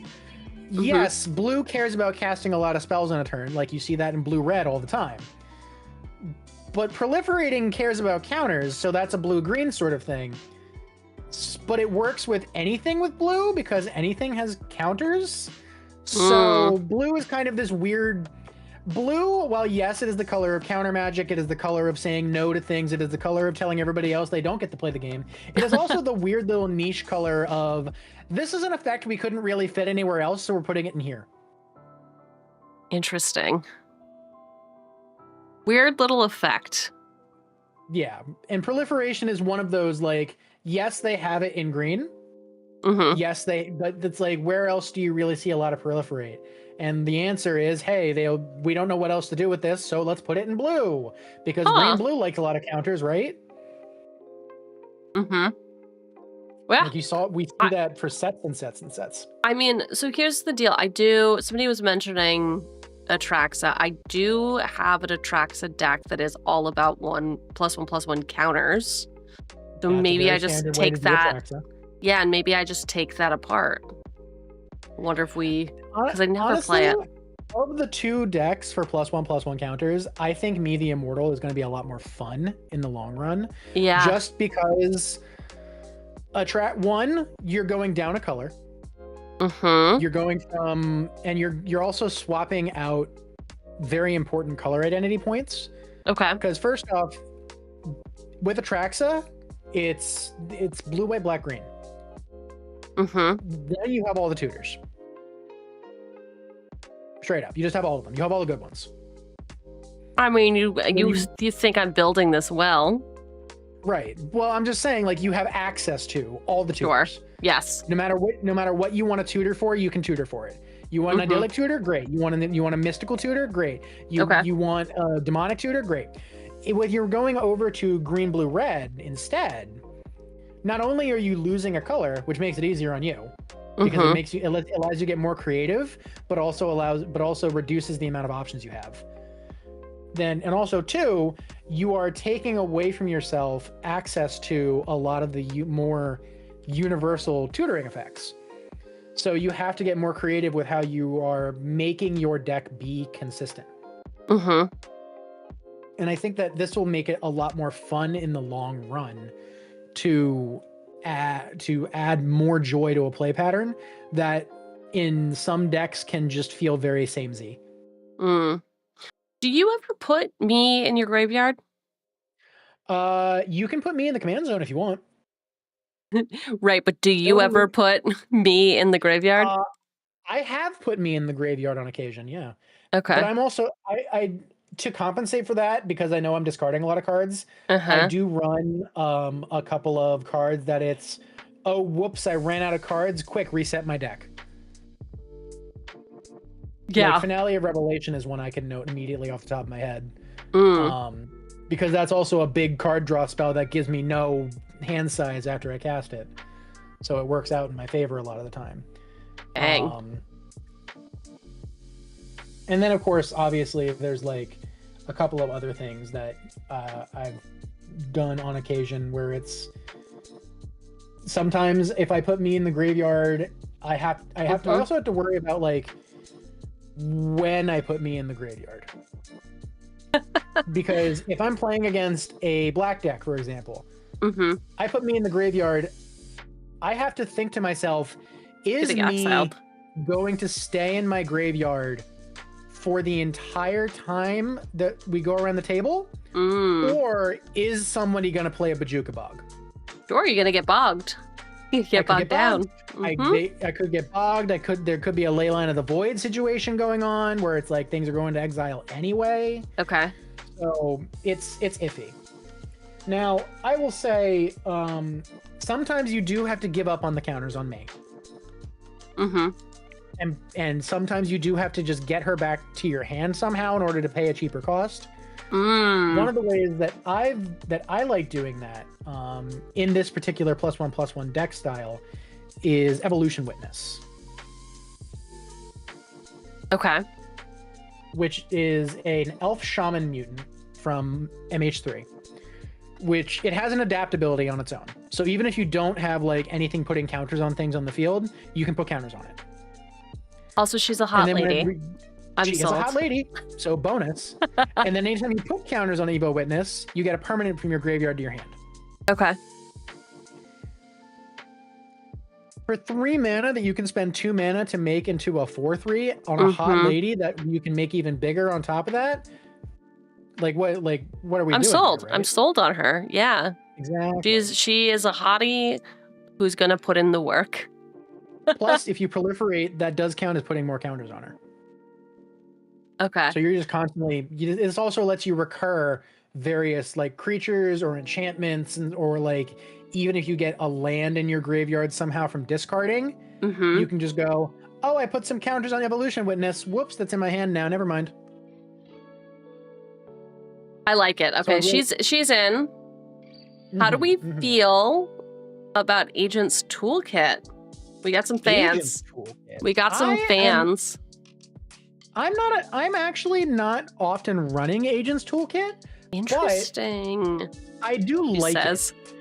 I like the idea of it. The only reason I'm not running it is probably just because I haven't bothered to go out and spend the $10 to pick one up. Because it is a really good card for this deck. It's a weird one where it operates in a similar way that you would do with an equipment where you're using it to buff up creatures. But it's like a passive, like, okay, I put a creature out, I move either the +1/+1 counter or one of the keyword counters or the shield counter over to things. Sure, so it's not generating. It's really hard to get +1/+1 counters on it, so you have to like proliferate it and then start moving. Right. If you proliferate it and then you start playing out creatures, then you can move counters willy-nilly and it's all great. The shield counters especially. I think there's actually a lot of room for me to be really good with shield counters. Ooh. I don't know exactly like how many shield counters there are in Teamer, but actually let me look. Weirdly, that's sparked a moment of, let me look at this real quick and see if this actually like works the way I think it does. Okay, well, I'm not going to lose this, so I'm going to put it in considering. Yeah, that's definitely a considering card. Yeah, there's a bunch of different ones you can do. Oh yeah, here we go. Family's Favor. That seems like a really good one. Whenever you attack, put a shield counter on target attacking creature. Until end of turn, it gains whenever this creature deals combat damage to a player. Remove a shield counter from it. If you do, draw a card. I mean, this is business. We love business. We love business in this house. We stand on business. It's true. Okay. And then if you're moving, you put that shield counter on. You can cast an instant spell with the proliferate effect out, and then boom, you're sailing. You got 2 shield counters on. You can afford to remove one. It's not a big deal. We're doing a favor. Ways to put shield counters on things. We're doing a favor. You got the Shield Broker, more business. That's not a hot lady though. That is a Squid Man. It's okay. They don't need to all be hot ladies. It's just a bonus. Unfortunately, he does say non-commander creature. Ooh. Is awkward. Let's see. What else do we got? Summon Magus Sisters. Oh, it's a saga with stuff. Oh, I missed this one for my saga deck. Shame on me. Shame on you. But for all 3 chapters, you choose one at random. You either put 3 +1/+1 counters on a target creature, put a shield counter on a target creature and gain 3 life, or this creature fights up to 1 target creature an opponent controls. And the saga itself is a 5/5 with haste. Okay. Yeah, 5 mana. Nothing to sneeze at, but also 5 mana is nothing to sneeze at, but at the same time, you can generate a ton of mana in green very easily. What? Crazy. Evendo Waking Haven, anyone? Standard legal Gaia's Cradle? Vendo. Waking Haven. It's a planet. It is a planet, yeah. So you do have to station them, but it is the standard legal Gaia's Cradle currently. Damn. Okay. And then Uthros is, oh my god, they unbanned Tolarian Academy. I think Uthros is like stupid expensive now. I bet. Ooh. Oh yeah, the base one's $10. That's not too bad. If you're looking for the promo one though, it's gonna run you. It's gonna Awesome. run you 30. Thank you, Raven. And then obviously gonna the post it showcase is like a $50 In card, the which server? isn't too bad for That'd be land. cool. It'd be very cool. It's actually fairly reasonable. It must be because of the stationing thing. Everyone dropped the hype. Don't believe But the if you- hype is what I hear. But see, the thing about stationing, and this is something you can also pay attention to, when you're making a creature like me is gonna be huge, like all the time. Huge. So it's like station 12. Yeah. All right, I tap one creature. Sure. There I go. I stationed it. Right. That is, yep. Okay. So what are you, can you add it in? No, you can't add it in. I cannot. I'm just refreshing periodically so I can see what you have. I think you're allowed to add it in because we, oh, you don't even have give this. me the option to even search for cards. What the fuck? I know. All right. What's the point of even sharing the deck list then? That we could collaborate. It would be so much cooler if it was. What's it called again? Evando? Oh God. Evendo. EVENDO. Yeah. Chillin'. That's in there. Now, what about this other card called Kami of Whispered Kami Hopes? of Whispered Hopes. That's probably a pretty key include. I'm gonna be honest. Did you say like key as in? That's a big card. Gotta be in there. Gotta be in there. Okay. Yeah, we love a Kami of Whispered Hopes. Perfect. Another one from Doctor Who that you might want to throw in here, and is actually a lot of fun. Is Danny Pink. So he's a 4/3 with Mentor, which isn't super. It's not super great. But creatures you control have, whenever one or more counters are put on this creature for the first time each turn, draw a card. So if you have me on the field, that is guaranteed at least one extra card per turn. Love that for me. $20. Love that. Good thing I already own all that. these sets. Thank goodness. Yeah, the base printing of Danny is like 13 lowest price, I believe. I guess, I mean, it's currently saying $19.99 on that's Mox, but I look obviously on, you can I find look it on the cheaper. the scalper prices. Yeah. But then you have to pay for shipping, and then at that point, which is PCG player. Yeah. Okay. All right. All right. We don't like dealing with them. They're just the cheapest price on the internet. Yes. At this point, just get the pre-con. Yeah. I already have it. Yeah. I was very lucky that I had that pre-con because Danny Pink is a great card for this specifically. All right. And then you know, obviously anything you can think of that's like, hey, I do a thing, I put counters on things. Somebody's saying Avon Oddity.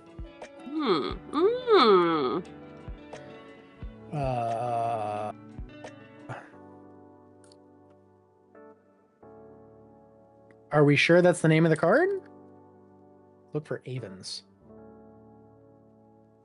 That's not gonna help. I'm gonna say, please find the actual name of the card in order to save me from having to search for it. No, it doesn't come up with anything. Would we type that in? Oh, Avian. Oh. Well. Lol, he learned to spell words. There we go. When you say I actually would argue against cards like this for my Ikoria. The idea is that you cycle them and they do things, but here's the real kicker and catch. Sorry. I'm paying 3 mana to discard a card and put a flying counter on something. And that's fine and dandy and all, but I feel like there's more efficient ways to give evasion and or those keyword counters that is not having to spend 3 mana and throw a potential blocker in the graveyard.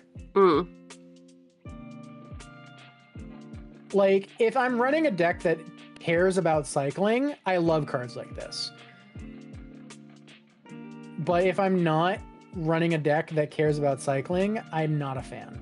Now, I will say something I do love from more recent sets is the renew mechanic for this. Obviously, you don't have access to some of the better ones because you don't have the new Vampire Night Stalker print that has the renew option. I think it's like Parthy something or other. But in green, a very basic one that I actually do use is Champion of Disan, which it exiles it from your graveyard. So it's already done its job by being a blocker or an attacker. And then it puts a +1/+1 counter and a trample counter on a creature. Mm-hmm.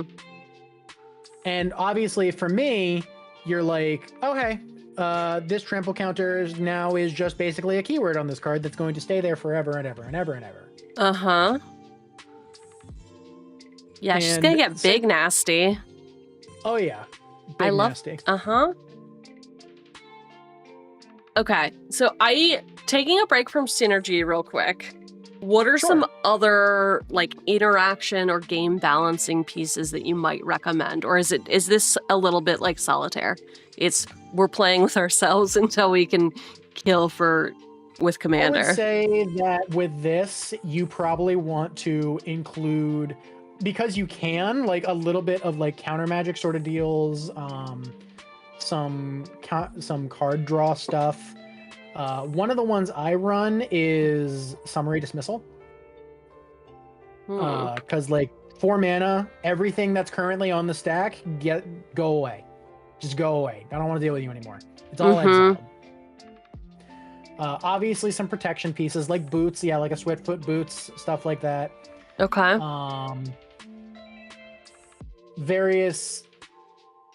This one's a bit of a pet pick. But I like to run a Chromatic Lantern just for mana fixing in a 3-color deck. Okay. I had somebody at my LGS ask me to take a look over their deck, and they had in it a Chromatic Orrery, which is a way to fix your mana. But then I argued, but that's a 7 mana piece that everybody knows how powerful that is. And so it's gonna get countered 9 for 10. On the other hand, Chromatic Lantern is 3 mana, and who's countering a lantern? Who's wasting a counter spell on a Chromatic Lantern unless they're exceedingly petty? Who out here countering that lantern? Who out here countering that lantern? Okay, so Chromatic Lantern for fixing. Curious, how are you feeling about signets? Like, I know that I've heard that there's some discourse. I run Simic and Izzet Signet in this deck. Okay. I don't have an Arcane Signet, weirdly, but that's, I think, just because I didn't have an extra one laying around at the time I was building. Okay. Because it also doesn't have a Soul Ring. So this feels like I just didn't have those at the time. I think in a 3-color deck especially, having the rocks that let you fix mana are usually just generically fine and good. But you do have to keep in mind, very specifically for ramp pieces like that, what your commander's mana value is. So for example, me is a 5 mana commander. So any ramp you're playing on turn 4 is wasted, because you're playing me next turn as long as you have a land drop anyway. Okay. And so you're generally looking for ramp in the 1 to 3 mana zone for a 5 mana commander, because that will let you accelerate your game plan into playing your commander a turn or 2 early. So I think like the 2 mana signets are perfectly fine. Obviously we're putting a Soul Ring in there. Come on. We also all a know command tower. These are standards for a reason. Sure. I'm gonna mute real quick, but I'm still listening. Sure. Then obviously there's like the various talismans are probably good. I would say we avoid any of the 3 mana rocks. And instead, if you're going for a 3 mana ramp, that you're going for stuff like Cultivate or like even a 2-mana Nature's Lore, anything that's letting you get out that extra land rather than just having more rocks on the field. Specifically because those help you search for literally just all the colors you need in general. And obviously having more ramp, especially because you have so much access to it in green, is going to work out better for you. Okay, so I heard, are they called signets? Ooh, wait. There's Simic Signet and Is It Signet. I think there's also if you want to go all the way, you can throw a Gruul Signet in there too. Sig. I'm just gonna do SIG Sig. Yep, and that'll also pull up the Arcane Signet for you to throw in there. So that's okay. Gruul Signet and Is It Signet. End of list. I already got the other one. There's no Simic Signet in there? Okay, you got that. I mean, I think I just have to scroll down the S's. What are S's? Oh, the S. I think. Oh, Simic. Okay, cool. There we go. Okay. I just don't know how to spell or read, so that, that's really my downfall. Mine's really detrimental to playing Magic the Gathering, from what I've heard. I mean, sure. Sure. Uh-oh. Why is my Moxfield being slow? No. Fun? Not now. It's fine. It's just taking a minute. It's just taking a long time to load for no reason. I can just look at your stream. Okay. I've added some signets. Any other, so what about other ramp? Like I was saying, like at this point you'd probably want to avoid like the other like mana rocks outside of like obviously the Arcane Signet. Because once you hit the 3-mana rocks, at this point, if you're going more than a Chromatic Lantern at that point, you're probably starting to waste your time on, okay, now you're playing too many artifacts that don't do the thing. Sure. At this point, you probably want to look for stuff like Nature's Lore, Cultivate, Kadama's Reach, like stuff that guarantees you a land drop and gets you a land on the field. Okay. For that 3 mana is solid stuff. I love doing that sort of thing usually in especially in a 3-color deck where I am worried about, hey, maybe I'm not gonna have all of my colors available in my opening hand, but if I start with an island, a forest, and a Nature's Lore, then I can probably find a mountain forest somewhere in my deck to put on the battlefield. Okay. Put Nature's Lore in for forest, put it onto the battlefield, then shuffle. Did you say crop rotation or did you not say crop rotation? I did not say crop rotation. Somebody mentioned Bender's Water Skin for a mana artifact, and I'm like, yeah, that's a pretty good idea, to be honest with you, because it just untaps every turn, so it allows you to have that 1 extra mana. Untap this artifact during each other player's untaps. Tap for 1 mana of any color. Oh, that feels. Yeah, is that the new Chromatic Lantern hotness? That is a new. There are other cards that will untap on every other player's turn. It's essentially the new Coalition Relic, but better. Sure. It's like that one let you like give other people colorless mana, but it untapped every turn. This one is like, oh, I get to do it, but for me. Like myself and I. Me, myself, and I. Okay. We have some other suggestions, namely Herald of the Secret Streams. We love having secret streams. He's a merfolk warrior. That gives gives buffs to people with +1/+1 counters. They cannot be blocked. It is not pulling up on my end, but let me just look at your end. Okay, and I'll move. Oh yeah, I know that merfolk. Herald of Secret Streams. I know that Herald. I know that Herald. Hi Herald, how are you? Yeah, honestly, that's a solid idea. That's one of those. That's one of those really good synergy pieces that just lets you. I'm not gonna say you're sneaking me in anywhere because you know me's gonna be a big beautiful lady and beat the ever loving tar out of people. Okay. But this is the thing that hits the board and people are like, oh. This is the thing that hits the board and people go, oh, that commander's a problem now. Oh, hold on. Wait, what happened? Wait, we were having a good time. Now we're all gonna die. Fair. Which fair is my and favorite true. kind of card. Yeah. Uh-huh. How about bioengineered future? What are your thoughts on bioengineered? That's one of those edge cards, isn't it? Bro, I don't know. I know nothing about edging. This sounds like a card where we're edging. It is. When this enchantment enters, so it's 1 and 2 green. When this enchantment enters, create a lander token. Each creature you control enters with an additional +1/+1 counter on it for each land that entered the battlefield under your control this turn.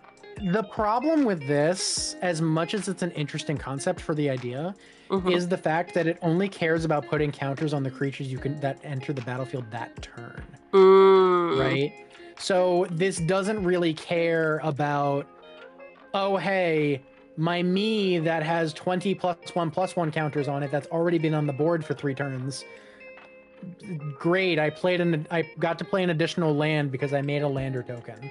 Like, you don't care enough about playing additional lands per turn in this deck for this card really to matter that much. Okay. At least not so far the way you've been constructing it. Yes. I feel that. I feel that in a real way. Okay. So not for this deck, not for this particular build. No, that's good for a land type deck though, where you're playing a lot of lands on a turn and then playing a big creature. That's good for that. Ooh. Oh yeah, what do we want to do in the way of card draw? I mean, we already have the Danny Pink. Right. That's already a solid piece of card draw right there. There's also in my version of this, I threw in like a lot of instant speed card draw.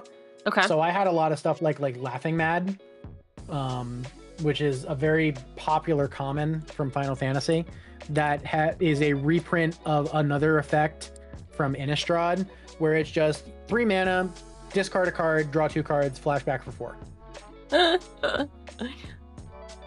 Okay. How do we feel about Rhystic Study? Who said that? Who said Rhystic Study? Yogo did. Listen, I will find you. What's wrong with Rhystic? The problem is it's the most powerful card draw in Magic, and so it's the most overplayed card imaginable. It's like, do you really want to waste a game changer slot on literally the most overplayed card draw card ever written in Magic the Gathering? I think the answer is yes. Great. Somebody counters it with a 1 mana counter spell, and everybody moves on with their day. Okay, anyway. Imagine. It is literally like it's like the most harmless card, and it's a most harmless good card that immediately makes you the biggest problem in everybody's eyes the moment you play it.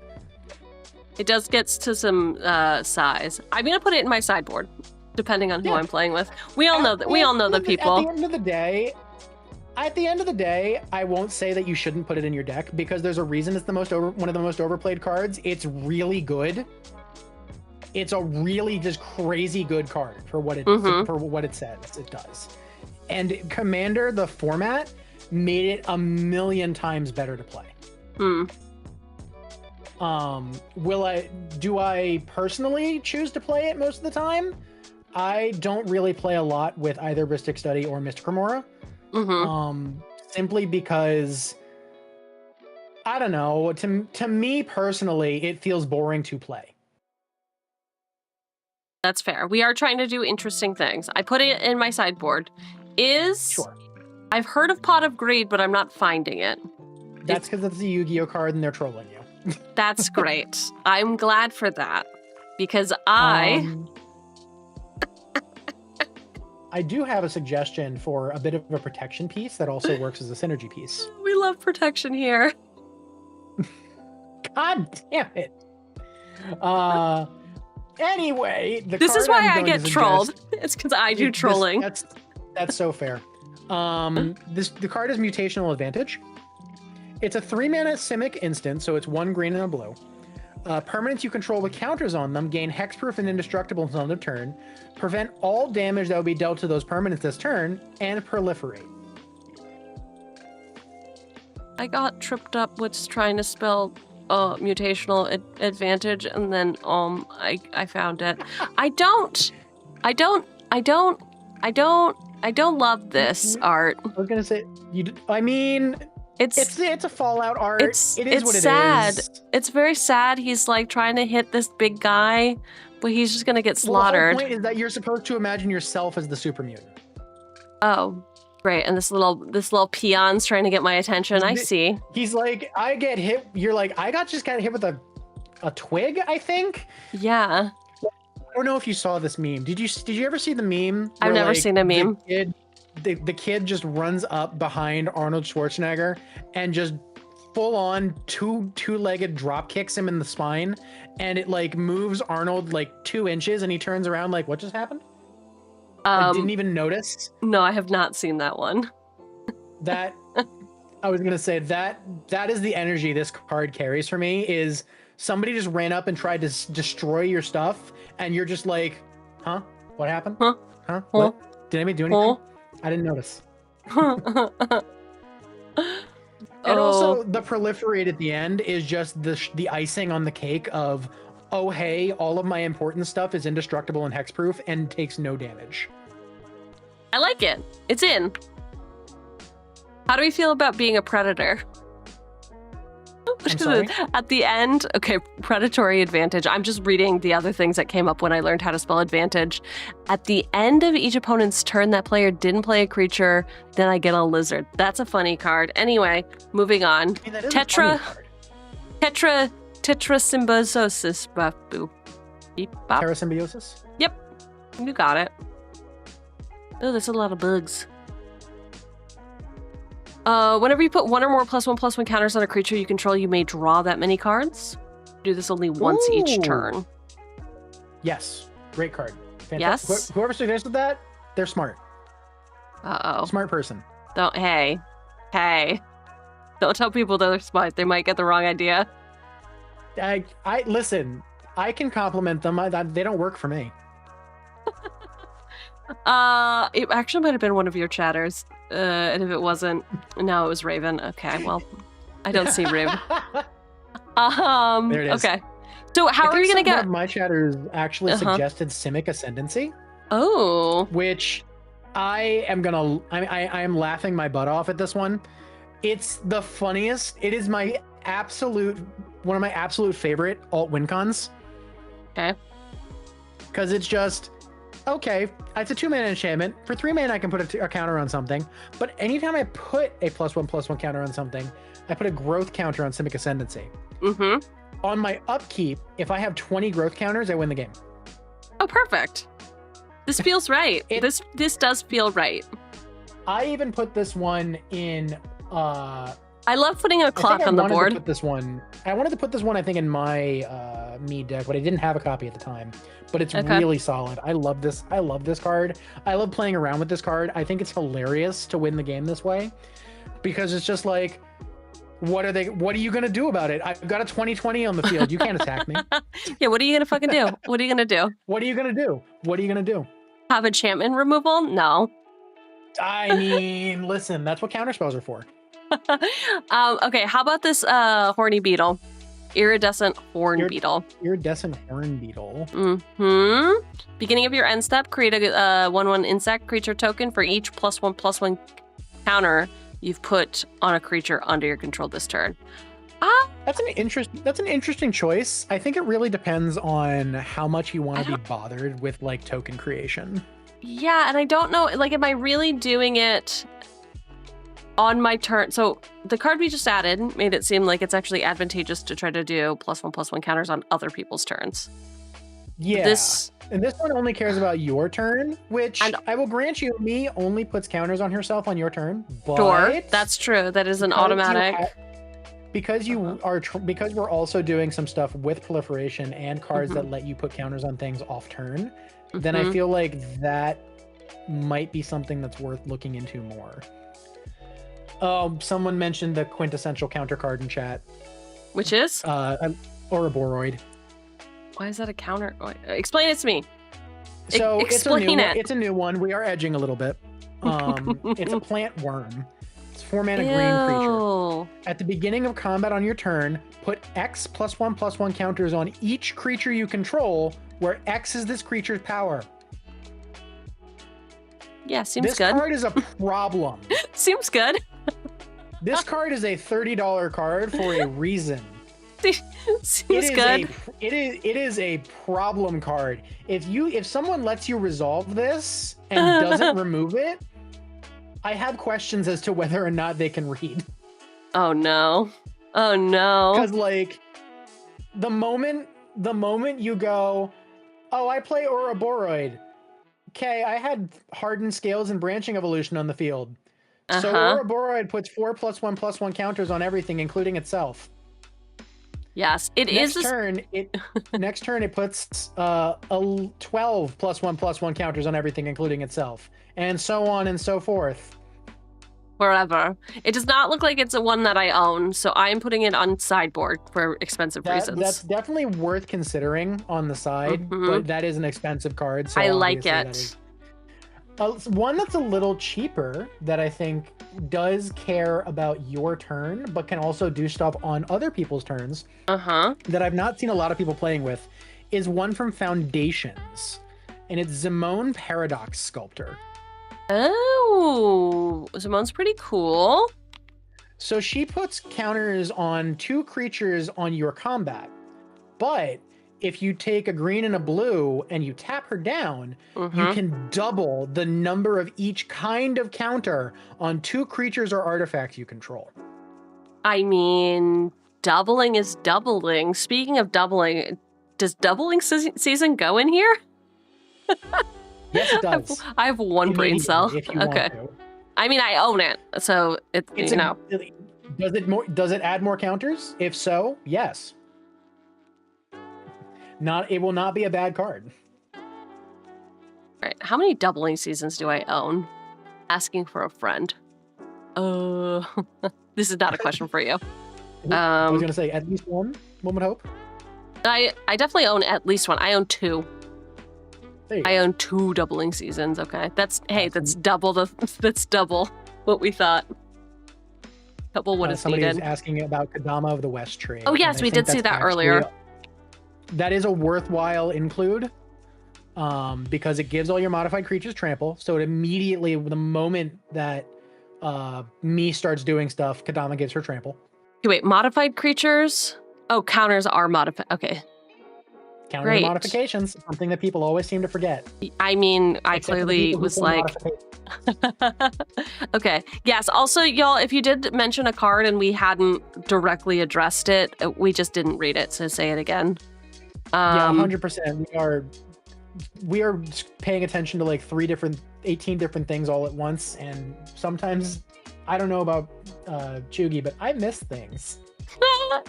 I mean, they know I ignore things, and that's why I had to be specific with them. I promise this time I'm not ignoring you. This ADHD. Yeah. Oof. Oof.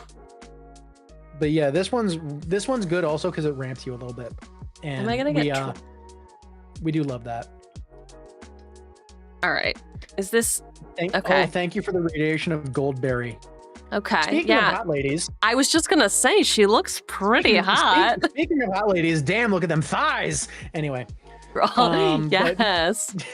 But yeah, she lets you move a bunch of counters around all at once, which is real solid. Like real solid. Okay, but you can move them to her.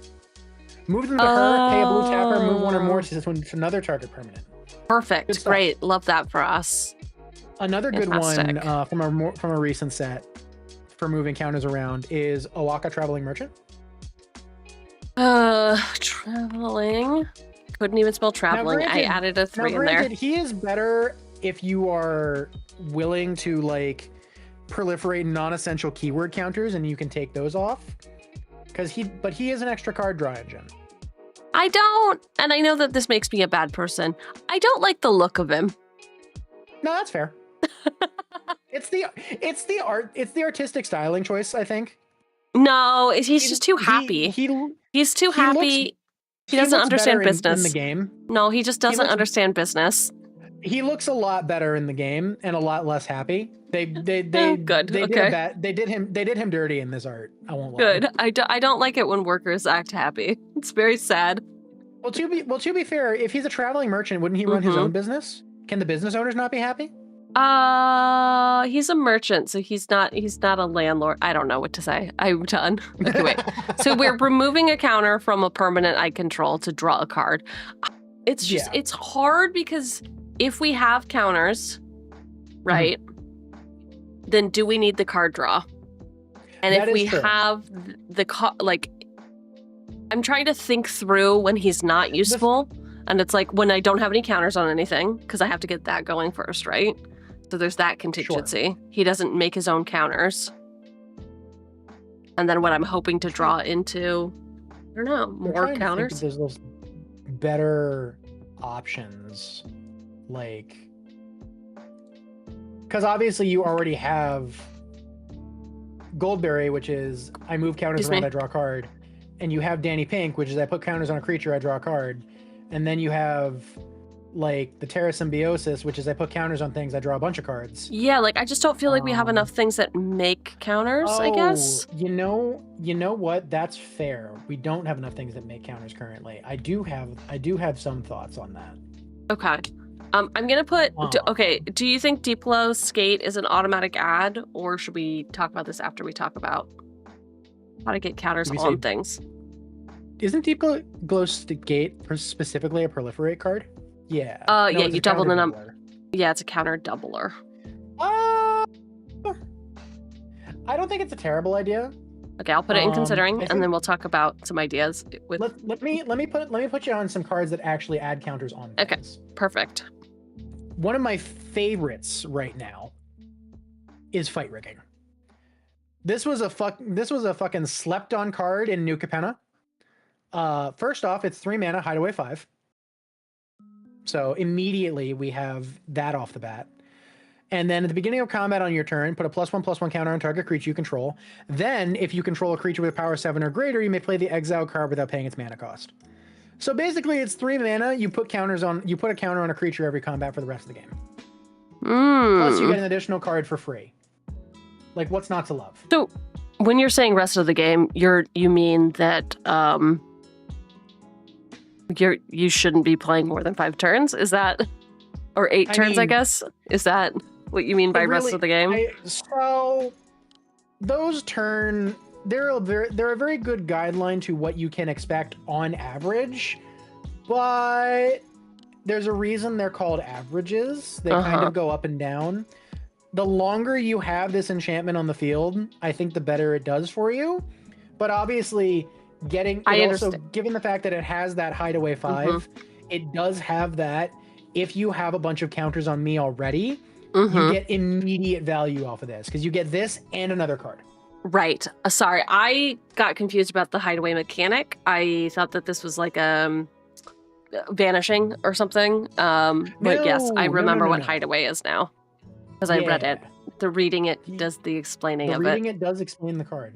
So I've heard. Okay.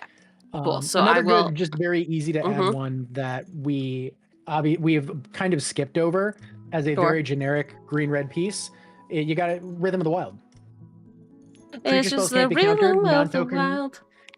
Yeah, non-token creatures have Riot. And Riot is either haste or a +1/+1 counter, which we care about counters, and we can just have a counter on things the moment they come in, which is awesome. We love that energy. Okay. That is quite the energy. This is one of the quintessential green-red beat things to death card. I need this scene because it's such a perfect card for the deck. Fathom made. Well, thank you for highlighting that message so I didn't miss it this time.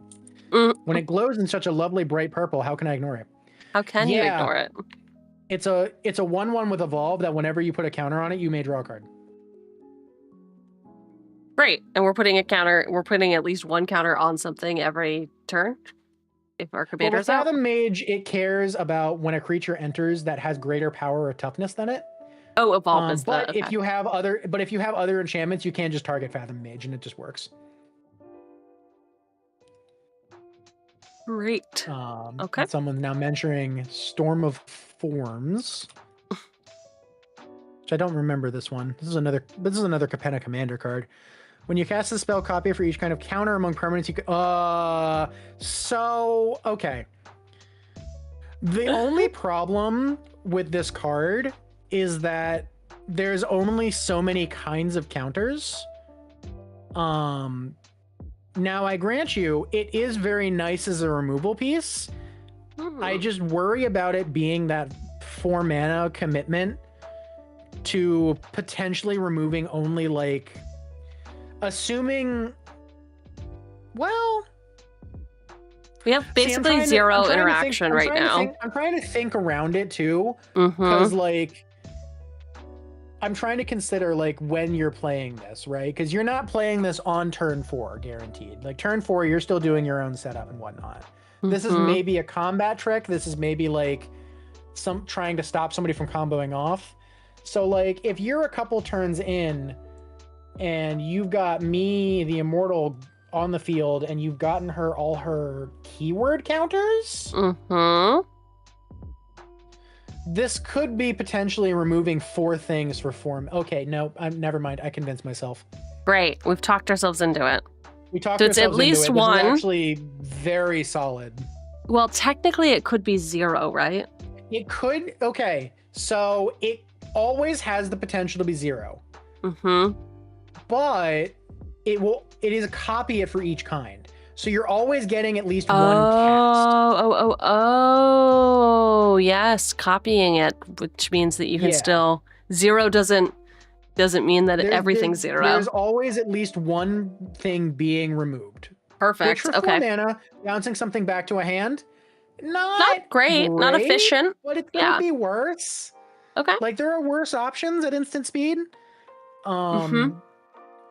There are certainly better ones for single target at instant speed, but if you do have a couple of different counter types, like let's say you just have a bunch of creatures with +1/+1 counters and like one creature with like a shield counter, then for 4 mana you're getting 3 things gone. And that's pretty okay. Even if you just have +1/+1 counters, 4 mana remove 2 things at instant speed. Okay, this now has some variability and potential. And the better, it's also kind of a fun little, even if you're not winning, it's still good. And if you're winning more, then you win massively by playing this. I like it. It's in. She's in. Speaking of, what about Riku, Resourceful Guardian? It is a 2/3 human artificer. Whenever you put 1 or more counters on a creature until end of turn, that creature can't be blocked by creatures your opponents control. So it's making...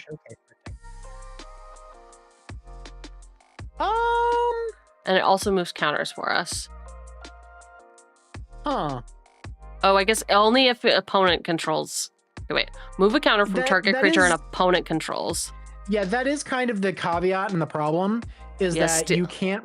This is one of those things where it's like, okay, I am now only paying attention to the first line of text. Yes. Which is fine, but on a 3 mana 2/3, I feel like somebody's just going to shoot it with a lightning bolt. No more Miss Nice Girl. Yeah. I mean, I haven't seen anyone play Lightning Bolt in so long, which I think is a travesty. And Yogo essentially makes a good point. It's essentially just a worse version of cards you already have. Okay. All right. Yeah. She's cute, though. She is cute. Give her that. I'll give her that. We love Riku. Someone mentions Blitzball Stadium, which is the reprint. Oh, no, there is actually an actual Blitzball Stadium card. I totally missed this one. When this artifact enters support X, it's an X spell for X and a blue. and then go for the goal. Until end of turn, this target creature gains. Whenever this creature deals combat damage to a player, draw a card for each kind of counter on it, and it can't be blocked.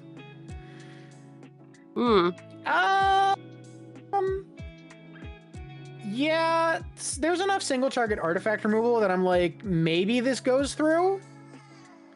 The support X is the part that I'm like, okay. So I'm going really wide. But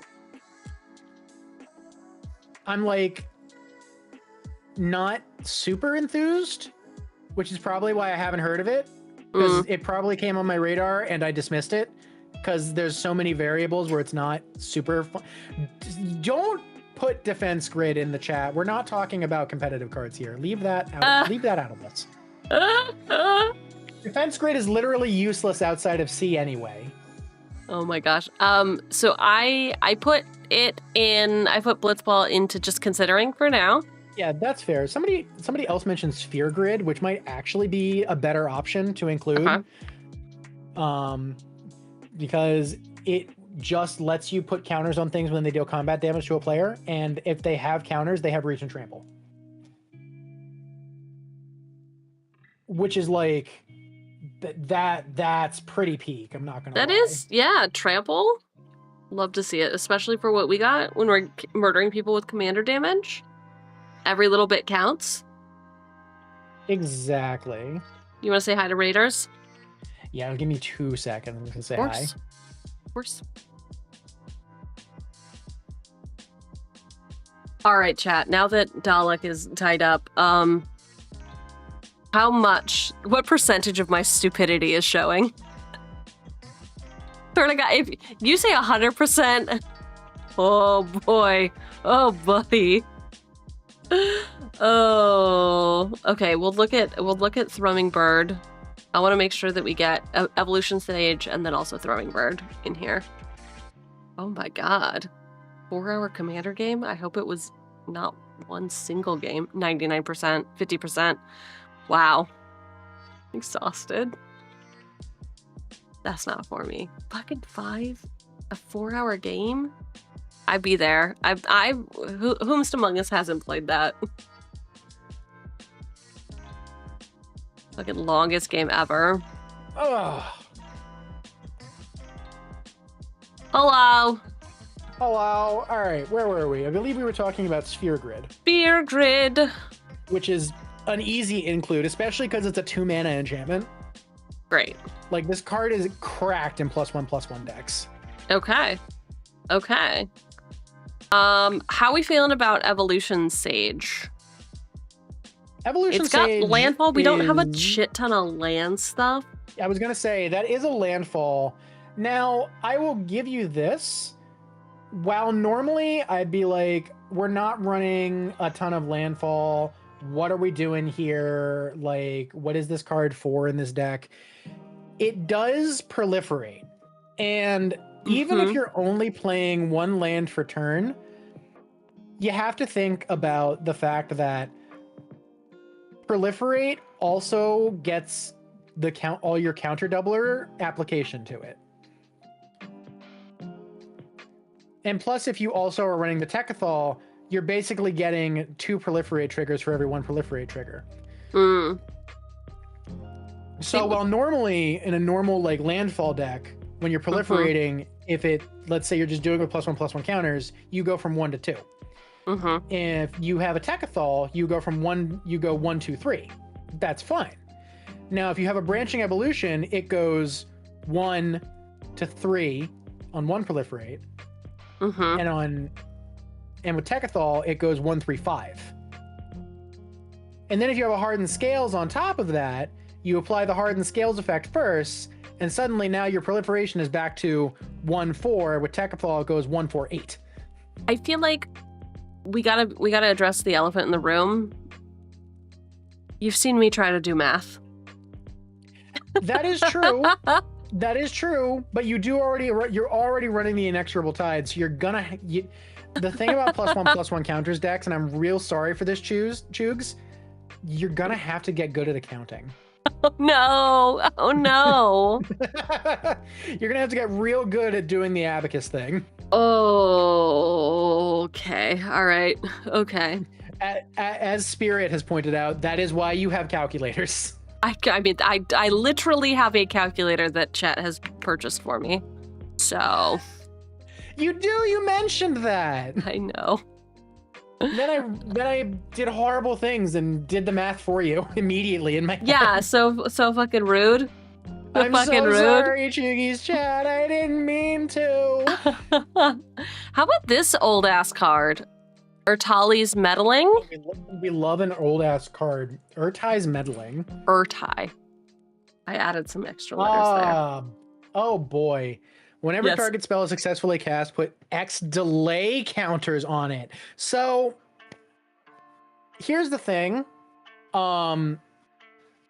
The problem with that is you can't proliferate it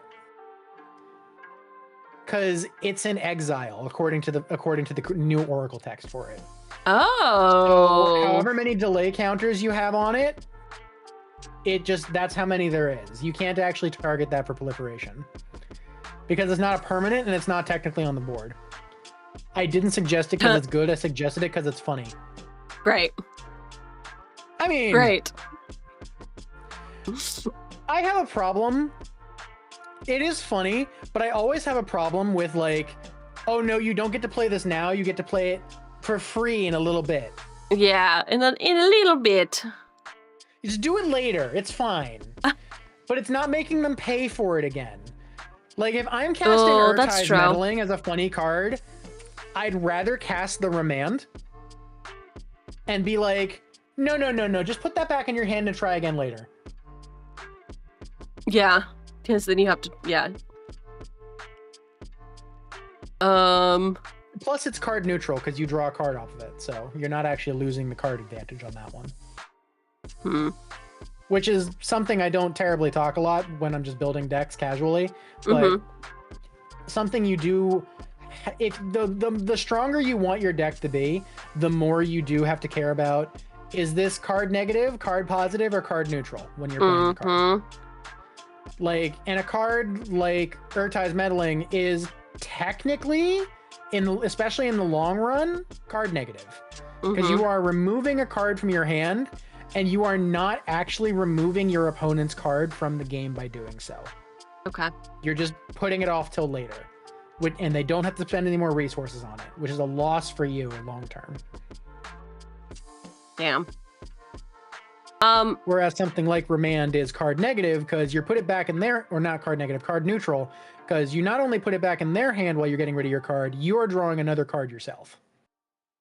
Yes. Okay, I'm going to dump some mountains in here just to look at my land, and I'm going to deal with the land base later, but... Yeah, land base is probably the easiest part of this to do, because what you're just... Oh my god.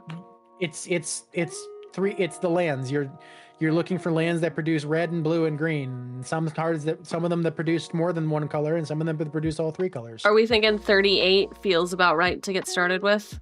38's a pretty solid place to start with, honestly, just because 38 is usually where you want to be for like a casual build, especially for a high mana commander. Okay. And the higher mana value of your deck, the more lands you generically want to have. Going above 38 is, no matter what your deck, unless you're playing landfall, is ridiculous. Cool. Cool. Going lower than, I would say, 34, unless you have strats for generating a lot of mana, is really bad. Okay. So we are looking at currently... You start worrying into card red. I just wanted to dump the lands in there to look at... we've got 74 cards currently. We're doing good so far. And I think we're making good progress. We've got 11 enchantments. Feels a little... This is a deck that's a very... Because this deck is really focusing on the commander, it's going to be a little creature light, or feel a little creature light. It's going to be very non-creature heavy. Okay. In my me deck, I have 13 creatures, besides me. I have 13 artifacts, 5 sorceries, 10 enchantments, and 23 instants. 23 instants? Yep. We got 6 so far. Yep. But I did mine in a slightly different way. I have like a bunch of weird like single target protection pieces and or just odd bounce cards. Like one of the ones I'm running is a funky little common called Desculpting Blast, which is an instant that returns a non-land permanent to its owner's hand. And if it was attacking, I create a 1/1 colorless drone creature token with flying that can only block other flying creatures. But it's essentially a no, don't hit me kind of card. Sure. Oh my I gosh. have ruined somebody's Voltron day because they didn't put hexproof on their Voltron commander and tried to hit me in the face with it. And I was just like, 2 mana gone. Goodbye. Yep. Speaking of which, I think maybe a little bit more of a protection package might be good for me. Not a terrible idea. Obviously, there's the obvious ones. Like you have we already put the mutational advantage in there. You have the strength of will. Obviously, stuff like heroic intervention is just generically good. Various indestructibility effects are fun. Snakeskin Veil is another one that's really easy. Puts a +1/+1 counter on things, gives them hexproof. And I will say that protection pieces aren't always what they look like on the card. Because you tell all the girls and the boys. But because we are in blue, we do also have the ability to, as you already noticed with summary dismissal, we can run magic that just says no to whatever effect we need it to. So let's say, for example, somebody's trying to wipe the board, we can just go, how about you don't? Raven actually does make a good suggestion for just a generic protection piece, which is Innkeeper's Talent. This is a fun one. It's one of the class type enchantments. Oh, interesting. Why is it not? Oh, because I can't spell the word innkeeper. Great. That's I love that. surprising. I did it correctly. Yeah, well, everybody has their moments of shame. No, it was triumph. You look at you, you're a success. Thank you. But first off, it does put counters on things. Okay. It then gives things with counters on them ward 1, and then on its 3rd level, it basically does a doubling season effect for counters only. It is probably one of the best, like, just monocolor class enchantments there is. We have. It is pricey. It looks like. Really there's good cards are expensive because everybody buys all of them, especially once they go out of print. Sure. Okay. Vorinclex? The monstrous raider, I assume. Because the other one is, if that's being suggested to you, I wonder who wants you to hurt people. Hurt people. This one is just also. This is a doubling season effect, but also, hey, is anybody else doing anything with counters? Stop. Oh my gosh. Yeah, it's one of those. Okay. Which I like this one actually. I think this one's a very fair Phyrexian Praetor, because it doesn't actively stop you from playing the game. Oh my god, my copy is worth $100. Oh, that's wild. You have the pretty one. I do have the pretty one. Ooh. I do have the pretty one, so it'd be dumb for me to not play with it, right? Cards are meant to be played with. You know, as long as you're double sleeving that. I mean, we'll see. We'll talk about so it. Pretty. Speaking of which, do we want to just quickly look over, since I'm going to take apart my Atraxa deck, anything else that might look interesting in here to pull? I'll send you the link. Sure, I'll take a. You're like, I don't. Peek-see. Okay. I'll take a quick peek-see and see what we can pull out of this. This will probably, if anything, some pretty obvious selections of, hey, this is good because it does X. Oh, look, a Johnny the Greathearted. This is good because the -2 puts +1/+1 counters on everything. You like him?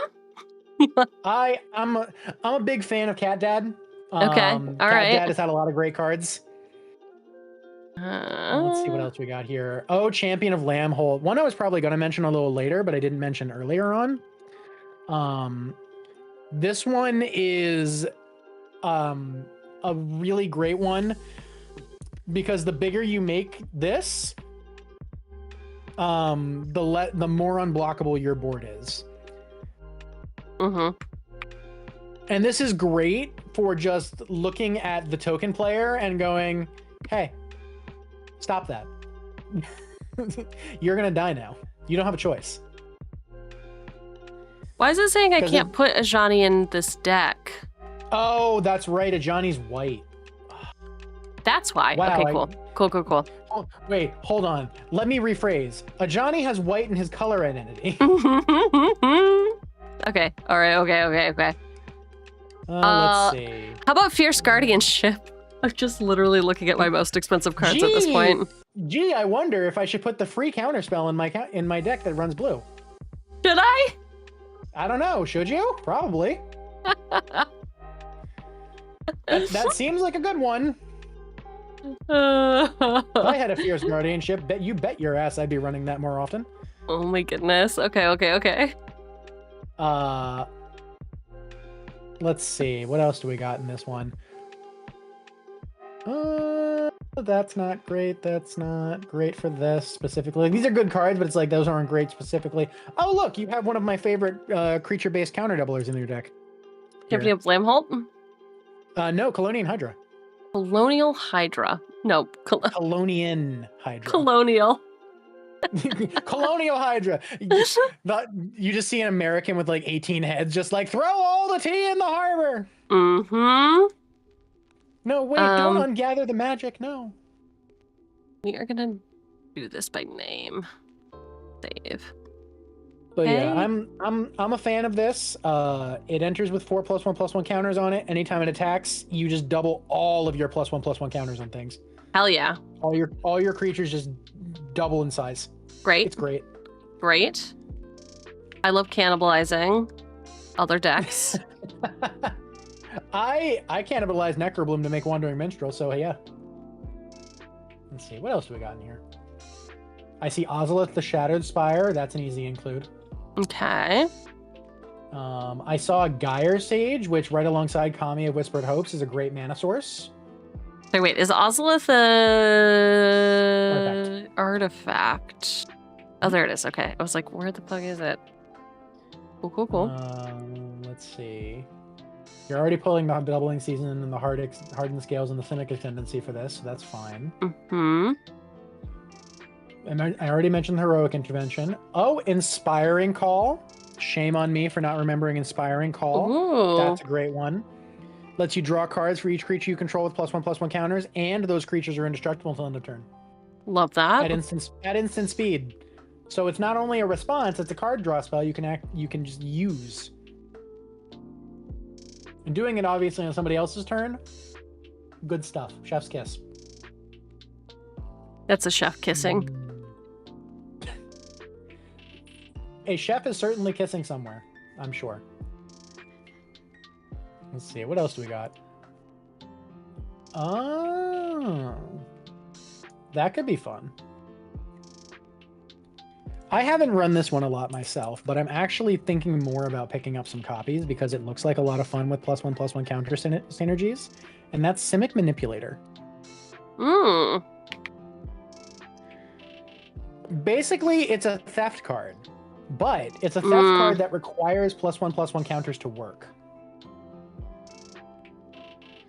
The theft cards, as you know, historically.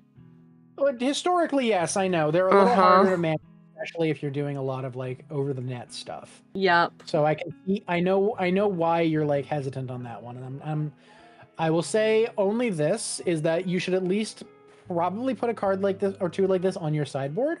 Yeah. Because especially if you do get the chance to play in person, these are really great at removing just other people's threats and turning them into your own problems. Yeah, and I do like that you can keep doing it too. It's not a single thing. Yeah. The Commander Sniper. Nope, your name's not Sniper. It's me, the Immortal. We are currently working with me, the Immortal. Mm-hmm. Let's see, where are we at so far? 81 cards. Okay. We're starting to hit that point where it's like, okay, now we need to really Are our boxes, are our boxes checked? Are our boxes checked? We're hemming and hawing a bit. We've got good mana sources. We're not even looking at the land base. We've got a good number of lands. We've got good mana sources, and we've got decent utility in our artifacts as well. Well, we've decent utility with Ozolith and with Swiftfoot for protection.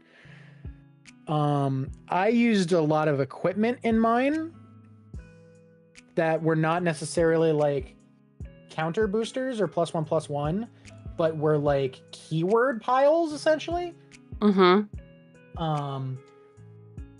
One of the one I used like Power Fist. Power Fist is probably one that you want to think about, simply because it gives the creature you equip with a trample, and it puts +1/+1 counters for as much damage as it deals to a player. I feel like Dalek would kill me if I said we love fisting here, but I'll say it to you all. This one card turns me into a one-girl wrecking crew. Sure. Because you just get in there, you deal some damage. If you only deal 5 damage, next turn, now me is swinging for 5 more than she did previously. Okay, let's do it. Let's get that power fist on. Ladies. Ladies. Do you want your man to know what to do with that fist? Oh my God. Do you want your woman to know what to do with that fist? Either way, teach them the way of the power fist. So true. So true. So true. So true. All right, what else? What else we got? Let's see. I think that there's probably... Oh, somebody's suggesting Thickest in the Thicket. Say that 5 times fast. And a Lighthouse Keeper. I would rather not. I already trip over my tongue enough as it is. When Thickest in the Thicket enters, put X +1/+1 counters on target creature, where X is that creature's power.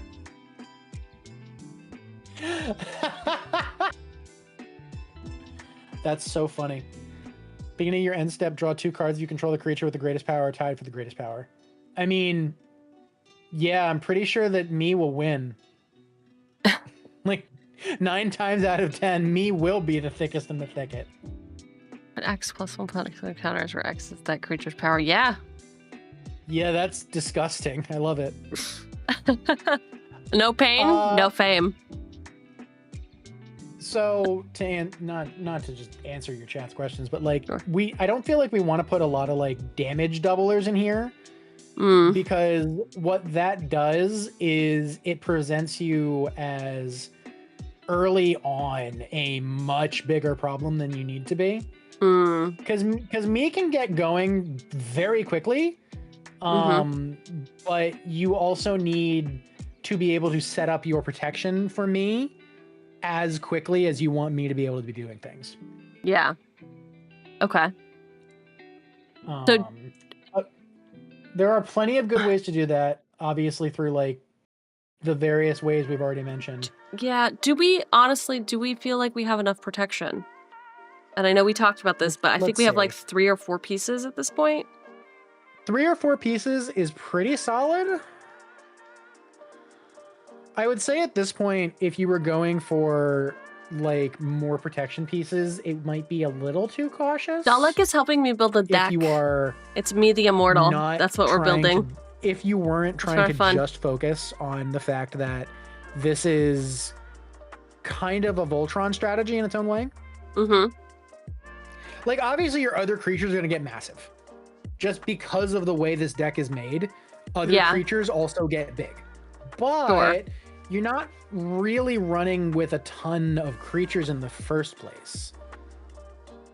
Right? So it's like, you can use that space to probably run, if not like perma protection spells, stuff that you can use like on a variety of stuff. Like, I am very chill. for example, we already have the strength of will, which is just a target creature, which is great. We already have like inspiring call, which is all your creatures with counters. And mutational advantage is all your permanents with counters. This is great stuff. That stops those 2 cards right there immediately stop the board wipes a lot of the time. So that's a lot of your problem right out the window. The issue is like, if you count those as board protection, we have 5 protection pieces and 3 pieces of board protection and like 2 pieces of single target protection. So like, I would say maybe some equipment that does other things and gives protection, maybe some enchantments, or maybe some single target, very low cost instance. On the enchantment end, one of the ones that I use is that I can give an immediate example of is Dragonfire Blade, which isn't like a full protection, but it's +2/+2 hexproof from monocolored. So like all those mono black removal spells, all those mono blue bounce spells, like all those mono white exile effects, like swords and path, out the window. And plus, if you're playing it in a multicolored deck, that equip cost of 4 gets reduced by 1 for each color of the creature you're targeting. So me just gets to equip it for 1 mana, and it's a 1 mana equipment. Great. Okay, I like it. It's a good ad. I'm excited about this sword. It's a little, I feel like it's a little bit slept on. I don't see a lot of people running it too much. And I think it's a really fun card that also works as a very solid piece that stops a lot of the common strategies of removal for commanders. Yeah. On the instant side of things, obviously I mentioned Snakeskin Veil earlier, which is a pretty usual one. It's 1 mana, put a +1/+1 counter on target creature you control. It gains hexproof until end. Welcome back. That's very easy to keep up the mana for. It's a great way to, if someone's trying to target me, just go, no, I'm not. I think not. I don't want to. I think not.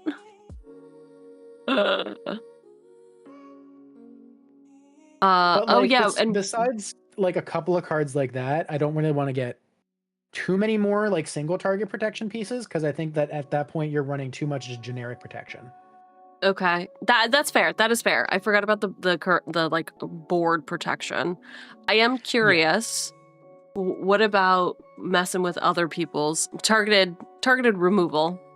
Somebody has suggested Beast Within. That Beast Within, yeah. Okay, I see that. I'm a big fan of having a couple of cards that remove other people's stuff. One thing you can use, especially when you're running a big Voltron commander, is fight effects. All right, let's see. So, like anything that lets you just send another creature at another creature is going to be pretty solid. There is a land that does Arena? Arena. It's just called Arena, yeah. It's Hell yeah. It's called Arena. We're putting Arena in. Also, but then there's like a bunch of different sorceries and various other things that do it. Like we've got Bushwhack. Very popular one. The guy? Not only it lets you get a land, or it lets you fight. There's the Meltstrider's Resolve, like I mentioned earlier. When it enters, it lets you fight. And let me put in my filters here for my Scryfall real fast. I gotta keep scrolling. Man, there's a lot of fight spells. A lot of things that fight. There's a lot of fight spells. Prey Upon, another 1 mana fight sorcery. Plow Through is a 1 mana fight sorcery. Like there's a lot of really low cost fights. Never go with fights, always bites. Bites are also a good way to do it, because instead of having you do a mini combat, its target creatures are dealt damage with power. Yeah. Like what was it? There's a bite spell.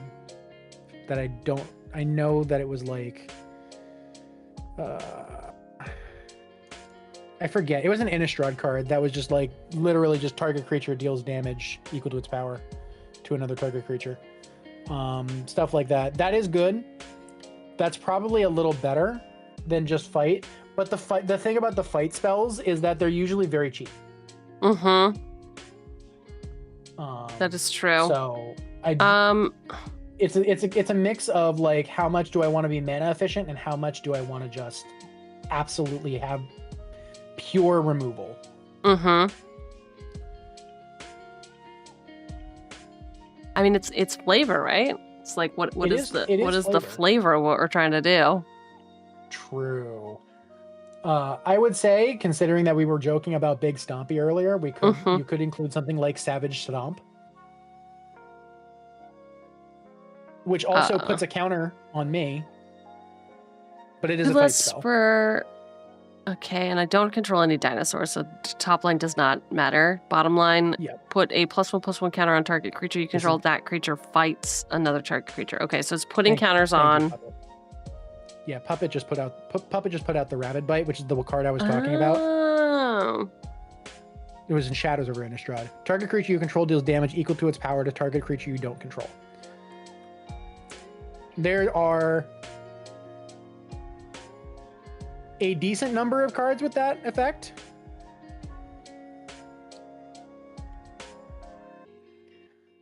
So if we just look for that syntax specifically, we've got Aggressive Instinct for 2, Infectious Bite, Rabid Bite, Ram Through, Tail Slash, Stew the Conies, which, sure, that makes a food token as well.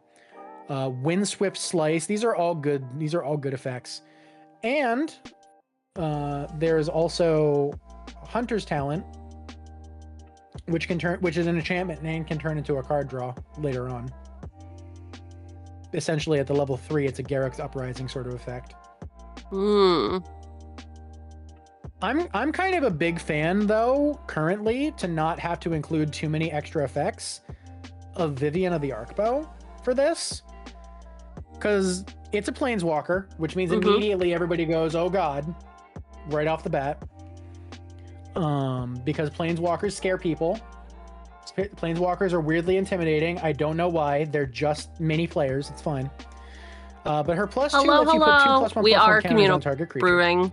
We're doing immediately something we want to be doing. Me the Immortal. Her -3 lets you do a bite effect, which we love. And then the -9 is the Overrun, which is not as necessary. You only really care about the first 2 lines. So real solid on that one. Like it. I like her. 6 mana is a little bit of an investment. I won't lie, but you do have a decent number of mana rocks, good mana base, plus with Kami of the Whispered Hopes, you do also have a very powerful just mana generator right off the bat. I like her. Okay, what about Ranger class? Do we like classes? We love classes. We like Innkeeper's Talent from earlier. We do. We have Innkeeper's Talent. That's also true. a class change enchantment. The Ranger class is actually an interesting one because me herself only really cares about level 2, which is whenever you attack, put a +1/+1 counter on target attack and creature. But the level 3 actually does let you have a little bit of forethought as to what cards you're playing next and as to what you're drawing into, as well as the ability to filter out your creatures from the top of your deck by just playing them outright.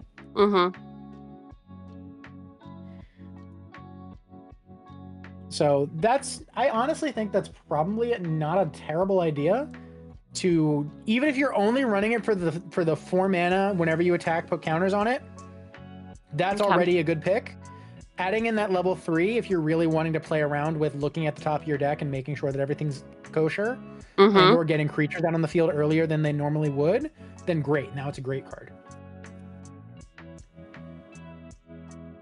I'm a big fan of when a card can serve multiple purposes in the same deck. Yeah. Okay, I like it. I feel like we've lost a little bit of the self-care theme. The self-care theme is mostly we just want to focus on making me as beautiful and as big as possible. Okay. How And that's about really easy to do by using a lot of the targeted effects on me. Okay, what about giving her a little bit of room to stretch her legs? So like something like maybe a magistrate's scepter, extra combat? We could Or do extra turn, a whole extra turn. We could do a magistrate scepter for extra turn. I will say somebody suggested a card earlier that would be better for Right, giving you extra turns. And we were also talking about how there's a lot of artifact removal. Right. It's just Lighthouse Chronologist is the card that was suggested earlier. Oh, right. It's a level up card from one of the Zendikars. Okay. It at level 7, it lets you take a beginning of end step. If it's not your turn, take an extra turn.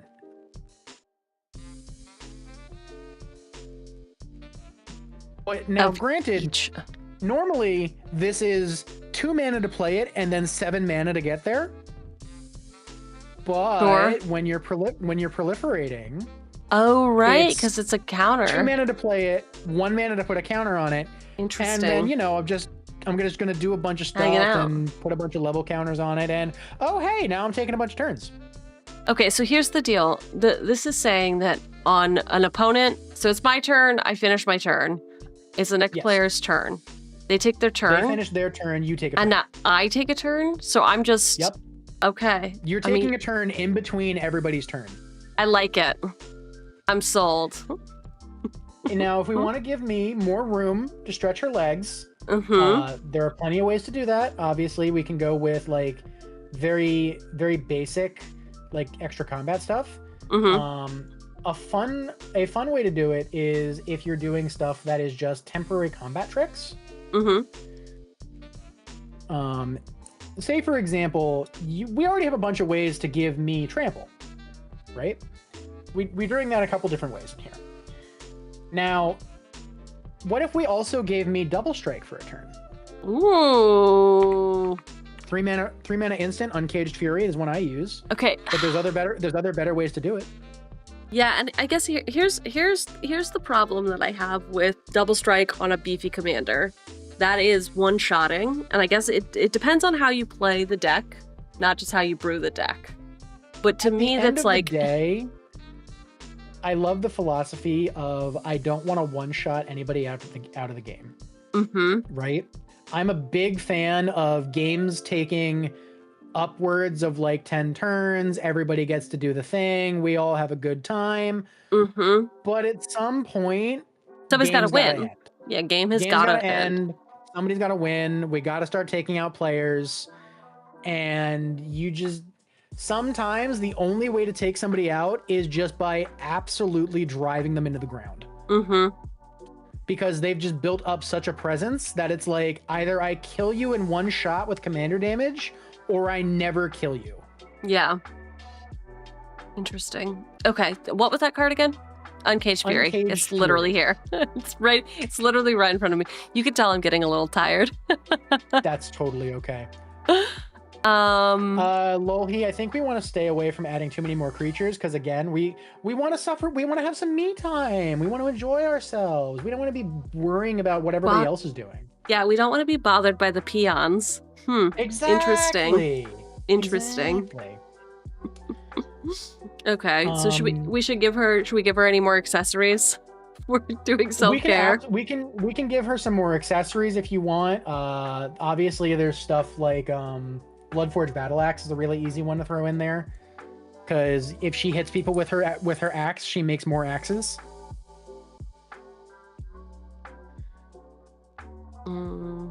I did Blood Forget. Blood Battle. Yep, perfect. Ooh. Okay, equipped creature gets +2/+0, and whenever equipped creature deals combat damage to a player, create a token that's a copy of the axe. Damn. And it just keeps making more axes off the token copies as well, because the tokens also have that text. And then I can come up with cool like catchphrases like Let me axe you something. Do you want to live? And then you start juggling axes. I would love to juggle some axes. That sounds really great. Exactly. Much more fun than juggling X's. And definitely more fun than juggling geese. Especially Canadian geese. They're monsters. So true. I was told that I'm only allowed to have like 3 Canadian friends. We talked about that yesterday. And Well, if you have more than 3, they start getting in groups to commit war crimes, and then that's a problem. I agree, because we have Blight and we have Koya. And yeah, that's 2. And then K-Mac just started playing. So oh, there you go. That's a 3rd. We're up. We're up. We're all full up on Canadians. The war crimes are already accumulating. We gotta say one in, one out from now on. Like, don't get me wrong. I adore B to death. Every single one of their decks is a war crime. Oh, in progress. 100%. It's 100%, yeah. 100%. Oh. Let's see. What are some other good ones we can throw in here? I'm gonna look in my considering list as well, because these are cards I also want to throw in. Oh, okay. Let's see. Sure. Wow, I'm so smart. I can read. Oh, there we go. You're bragging about being able to read. That's crazy. I know. We care about me and her me time, and everybody else just kind of gets in the way. It's true. So let's think about cards like Death's Presence. Whenever a creature you control dies, put X +1/+1 counters on target creature you control, where X is the power of the creature that died. Notably, this also works with me. Mm-hmm. Which it gets really, really funny. It does. When me gets really big. I love this for her. I love this for us. It's so fun, right? It is very, very fun and cool and not very chill, but not very chill, but it is not very chill, but it is a good time. Okay, I like it. And then let's see, what else have we got going on here? Some fun things. I mean, if we want just a funny card. Mm-hmm. Tifa's Limit Break. So this is a tiered spell. Mm-hmm. This is something they came out with in Final Fantasy, which I love. So for 1 green, a creature gets +2/+2 until end of turn. That's not so bad. If you pay an additional 2, you double their power and toughness until end of turn. Mm-hmm. Oh, that's crazy. If you pay 6 and a green, as well as the main green, instead you triple their power and toughness until end of turn. That seems excessive. I'm gonna be so honest with you. Well, yeah, but that's also like I'm paying 8 mana. So it's gonna be silly. Yeah, we have to end. Games have to end. All right. Yeah. She's in there. She's and in even there. At 3 mana, double target power and toughness. That's already good. Great. Like I love that 8 it. mana is just so extra. Yeah. And then obviously we can start running into the extra combat sort of thing. And one that I have used for extra turns that I find very funny is a card that is arguably kind of bad. It's Alchemist Gambit. Now this is a sorcery with a cleave cost.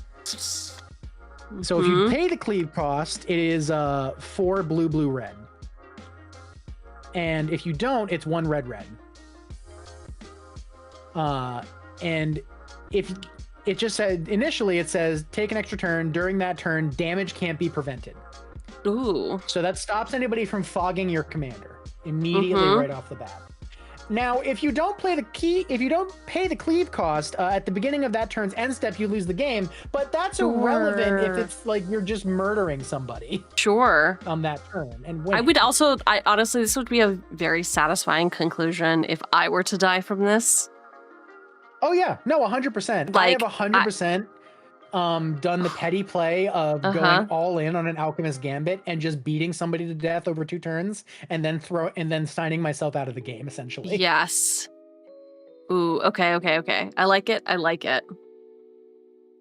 arguably, it's a terrible card because like the cleave cost is so high, but like if you either you're winning the game or you're not, so who cares? Yes. How about some MDF? Oh my god. You know what I'm trying to say. There's Balaget Recovery is good. Stump Stomp is good. There's some blue MDFCs that are pretty solid, like Sink into Stupor, obviously. That's probably the best blue MDFC there is Sink into Stupor. Because it's a counterspell that's also a land. Sink into. Oh, there it is. Okay. Yeah. Yeah, and like I said, I don't play really any blue deck, so like this is just fucking sitting around. That's so not fair. in anything. It's not even in anything.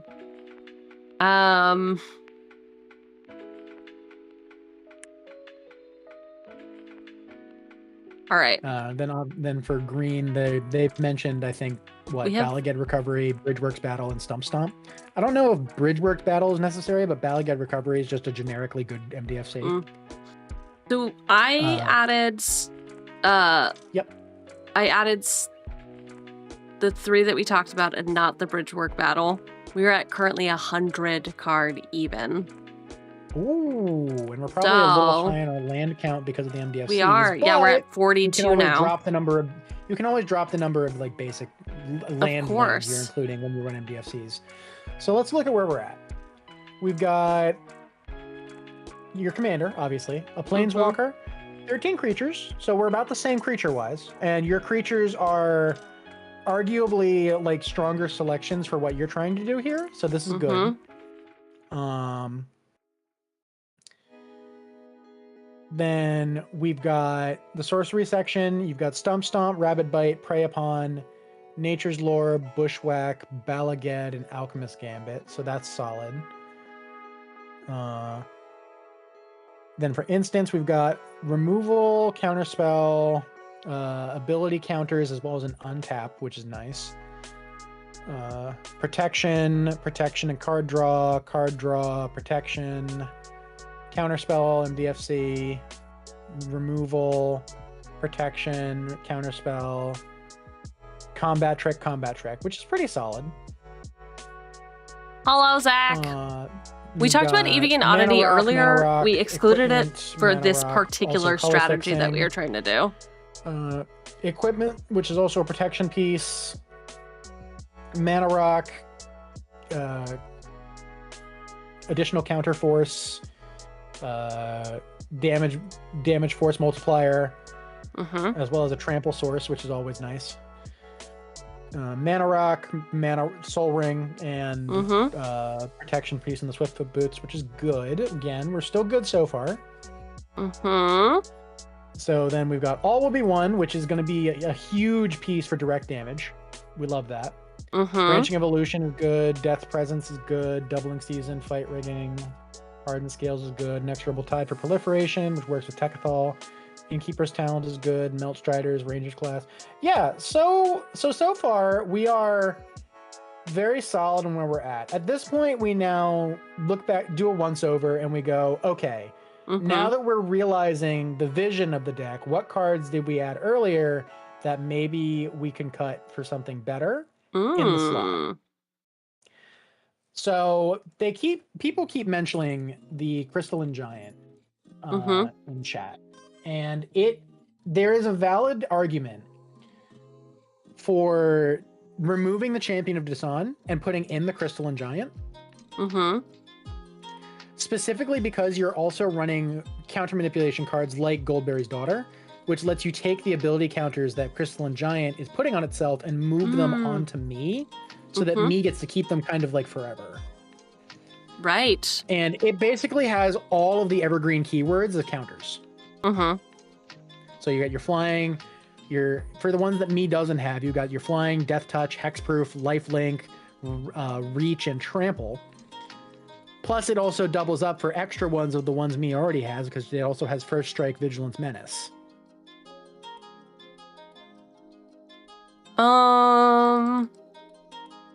Let me spell this real quick. C-R-Y.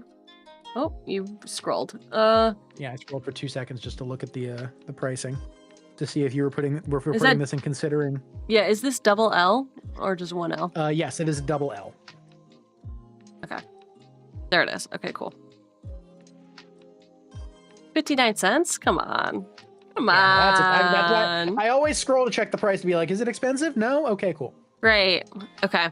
I'm a big fan of building budget decks because I'm broke. Yeah, no, honestly, it's very smart. We should do that. And truly, these expensive cards, they are collecting dust for me. Yeah. Remember, chat. Just because a card is cheap does not mean it's bad. I have built an Ōbeka Splitter of Seconds deck that is $30 total, and everybody complains at my LGS that it's too strong and they don't want to play against it. I've gotten beat with many a $30 budget deck. I think Koya's deck was that she had the adventure deck was like what, under 20? She said. Yeah. Crazy. I think it was for crazy yes. efficient. So considering we had Family's Favor, do you remember why we put that in considering instead of? The reason we put that in considering is because I was worried. It's because I was worried about the idea of maybe the shield counters don't get proliferated. Nice. Dalek, remember Cleon. Why am I remembering Cleon? Who's Cleon? Yeah. Searches. Oh! Absolutely not. That's why you remember Cleon. It's a deck they built that was like $5 that just absolutely destroys people. The commander was Cleon, Mary Champion. Not important to this conversation. Okay. The thing about Family's Favor is it's a good card, but I worry about how retaining the shield counters. Like I would, because like it only puts the shield counter on it as like sort of a temporary measure. And I think I was worried that like maybe it's not good as like something that happens on your turn. Okay. Or something happens because it doesn't happen on other people's turns. It's only whenever you attack. It's definitely worth the include if we find something else that's like not worth the include, but I don't think considering the enchantment section. So I reduced our land count because we had 42 with MDFCs. So now we're one short. So I was just checking out what we had in considering to see. Let's look in the considering. We have Deep Glow Skate. We have Agent's Toolkit, Blitzball Stadium. I would think that Agent's Toolkit would actually be the better one to add. Ooh. I know it's a little more pricey, but because of the fact that you can probably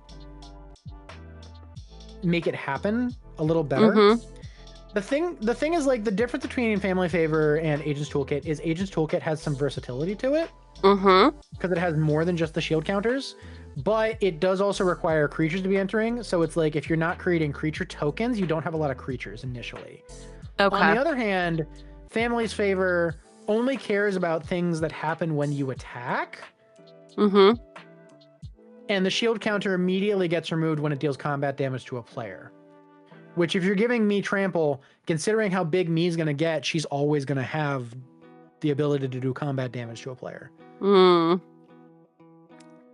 So I don't think I think it's actually, I would rather say Agent's Toolkit for the versatility, but thinking about it. Oh, he's waffling. I think situationally for this deck specifically, because of the way you are trying to win the game, that Family's Favor will still benefit you more. So that's probably the better thing to slot in the last card slot there. Okay. So it was a artifact, right? Let's see. Agent's Toolkit is, so I'm going to move that over back to considering, and then come back and we're going to do Family's Favor. Yeah. Main deck. Okay, cool. Cool. All right, we have 100. Obviously, we don't have our We tuned do. land base, but No, but that can come later. So where we're at right now, I would probably say this is the point where you fix up the land base and then you play it a couple of games and you see how it does with the cards it has. Obviously, one game is not going to tell you if a deck is good or not, and this goes for everybody out there, chat. One game is not a good sample size.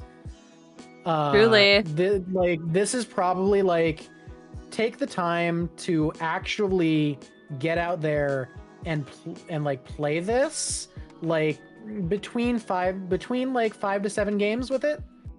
Like, obviously not in a row, because that's exhausting to play the same deck 5 or 7 times in a row. I would goldfishing. We gotta do it. We gotta do it. Yeah, we can goldfish it. Yeah, We got some friends for that, you know? We got exactly. our methods. Yeah, but definitely I would say this is where you go. Wait. Feel it out. Wait. A variety of tables. Does it feel consistent? Is it enjoyable? And is it something that is actively doing the thing towards moving you winning the game? Really. And also, at the end of the day, if it feels right for like the colors you're running, because right now this is a very Simic heavy deck. This is very green-blue. It is. Well, it's very green. I'm not even seeing that much blue, right? Well, when I guess you're we working see with it. a lot of counter synergies, you're running with a lot of green. And that's fine, because like, you're running 3 colors does not mean you have to run a even amount of all 3 colors. Like, we can get that particular concept out of our heads immediately. Just because you have all 3 colors don't mean you got to use all 3 colors all the time. In fact, it's probably better if you focus towards having a color that does a lot, because that way you end up getting mana screwed less. Thank you for the business to casual redeem. I think that there's something to that, right? Yeah, because a lot of times people try to focus on, I'm going to run a lot of these multicolor cards, and I'm running a bunch of cards that require different colors in their pips a lot. And that's where you end up with the hand of, oh, I just ended up with all 1 color of mana. Because and it's not even the color I need, because I had to even out the colors, because I had an even amount of each color in the deck. With this deck, even if you're running, you can run more dual lands that produce red and blue and stuff like that, and you can focus more on, like, maybe have less mountains and islands and just run more forests on your basic land count, or run more stuff, and you can focus more on worrying about getting green mana sources early, because a lot of your cheaper cards in this deck are green cards. Yeah. Like, a lot of your 2 mana, 3 mana cards are green. And the ones that aren't have generic pips that can be paid for with green mana. And once you get the chromatic lantern out, nothing else matters, because it's all colors you need. Gone out the window. Amazing.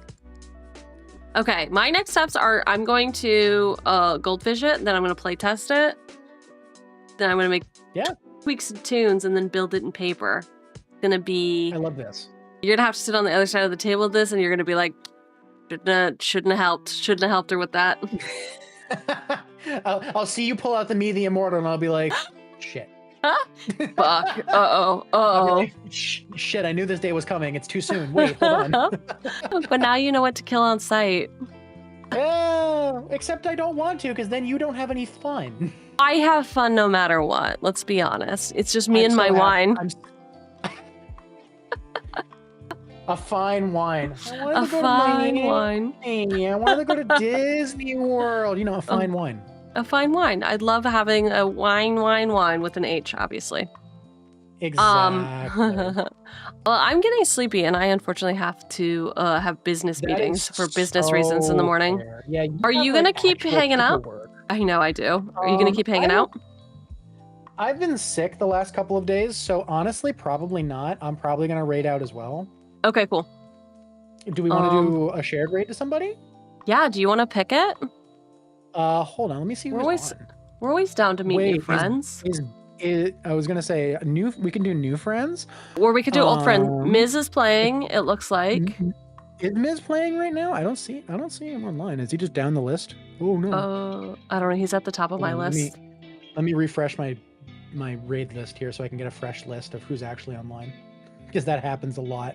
Yeah. Am I losing it? You might. Yeah, we can. We can. There he is. We can raid Miz. Miz is great. Miz is great and is also actually playing Magic. Mm-hmm. So we can go brag to them. Crazy talk. Oh. Brag to them that Cheugy has a new horrific deck that she's gonna kill everybody with. Oh my god. I appreciate you all hanging out. Thank you, especially to Dalek, for basically doing all of the heavy lifting.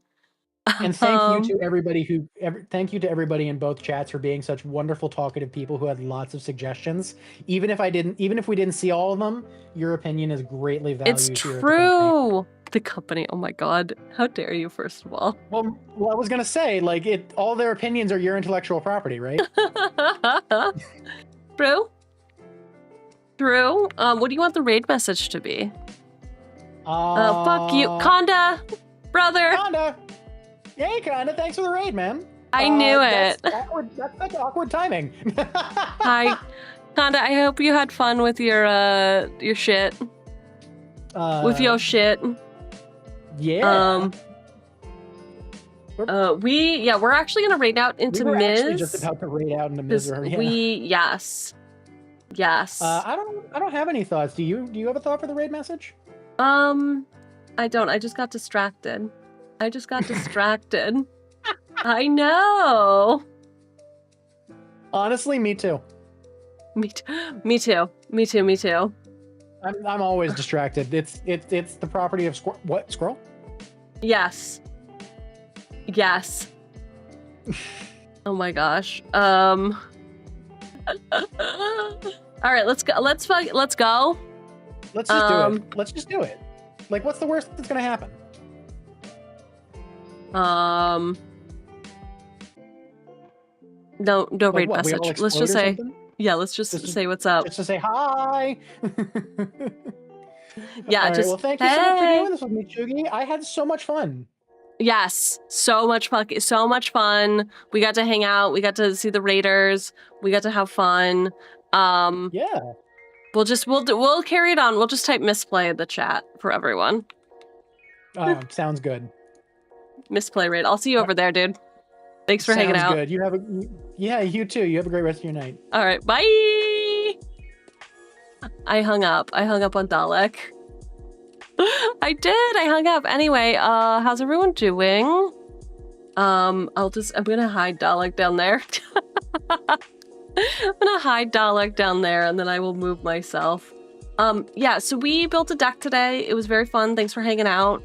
Hopefully for the non-magic people, y'all learned something fun and cool and interesting. If not, yeah. If not, too bad? If not too bad? Do give Dalek some love if you did like the vibe. We're going to be raiding into Miz, as we said. Yeah. That's it. That's all she wrote. That's all they wrote. Be honest. Tell it what it is. We'll be back on Wednesday for Commander. Konda wasn't invited this time. Konda wasn't invited. JK. Sat this one out. Decided not to play with us. Too good for Commander with friends. And on that note, have a wonderful life, everyone. Get back to work, etc., etc. Bye!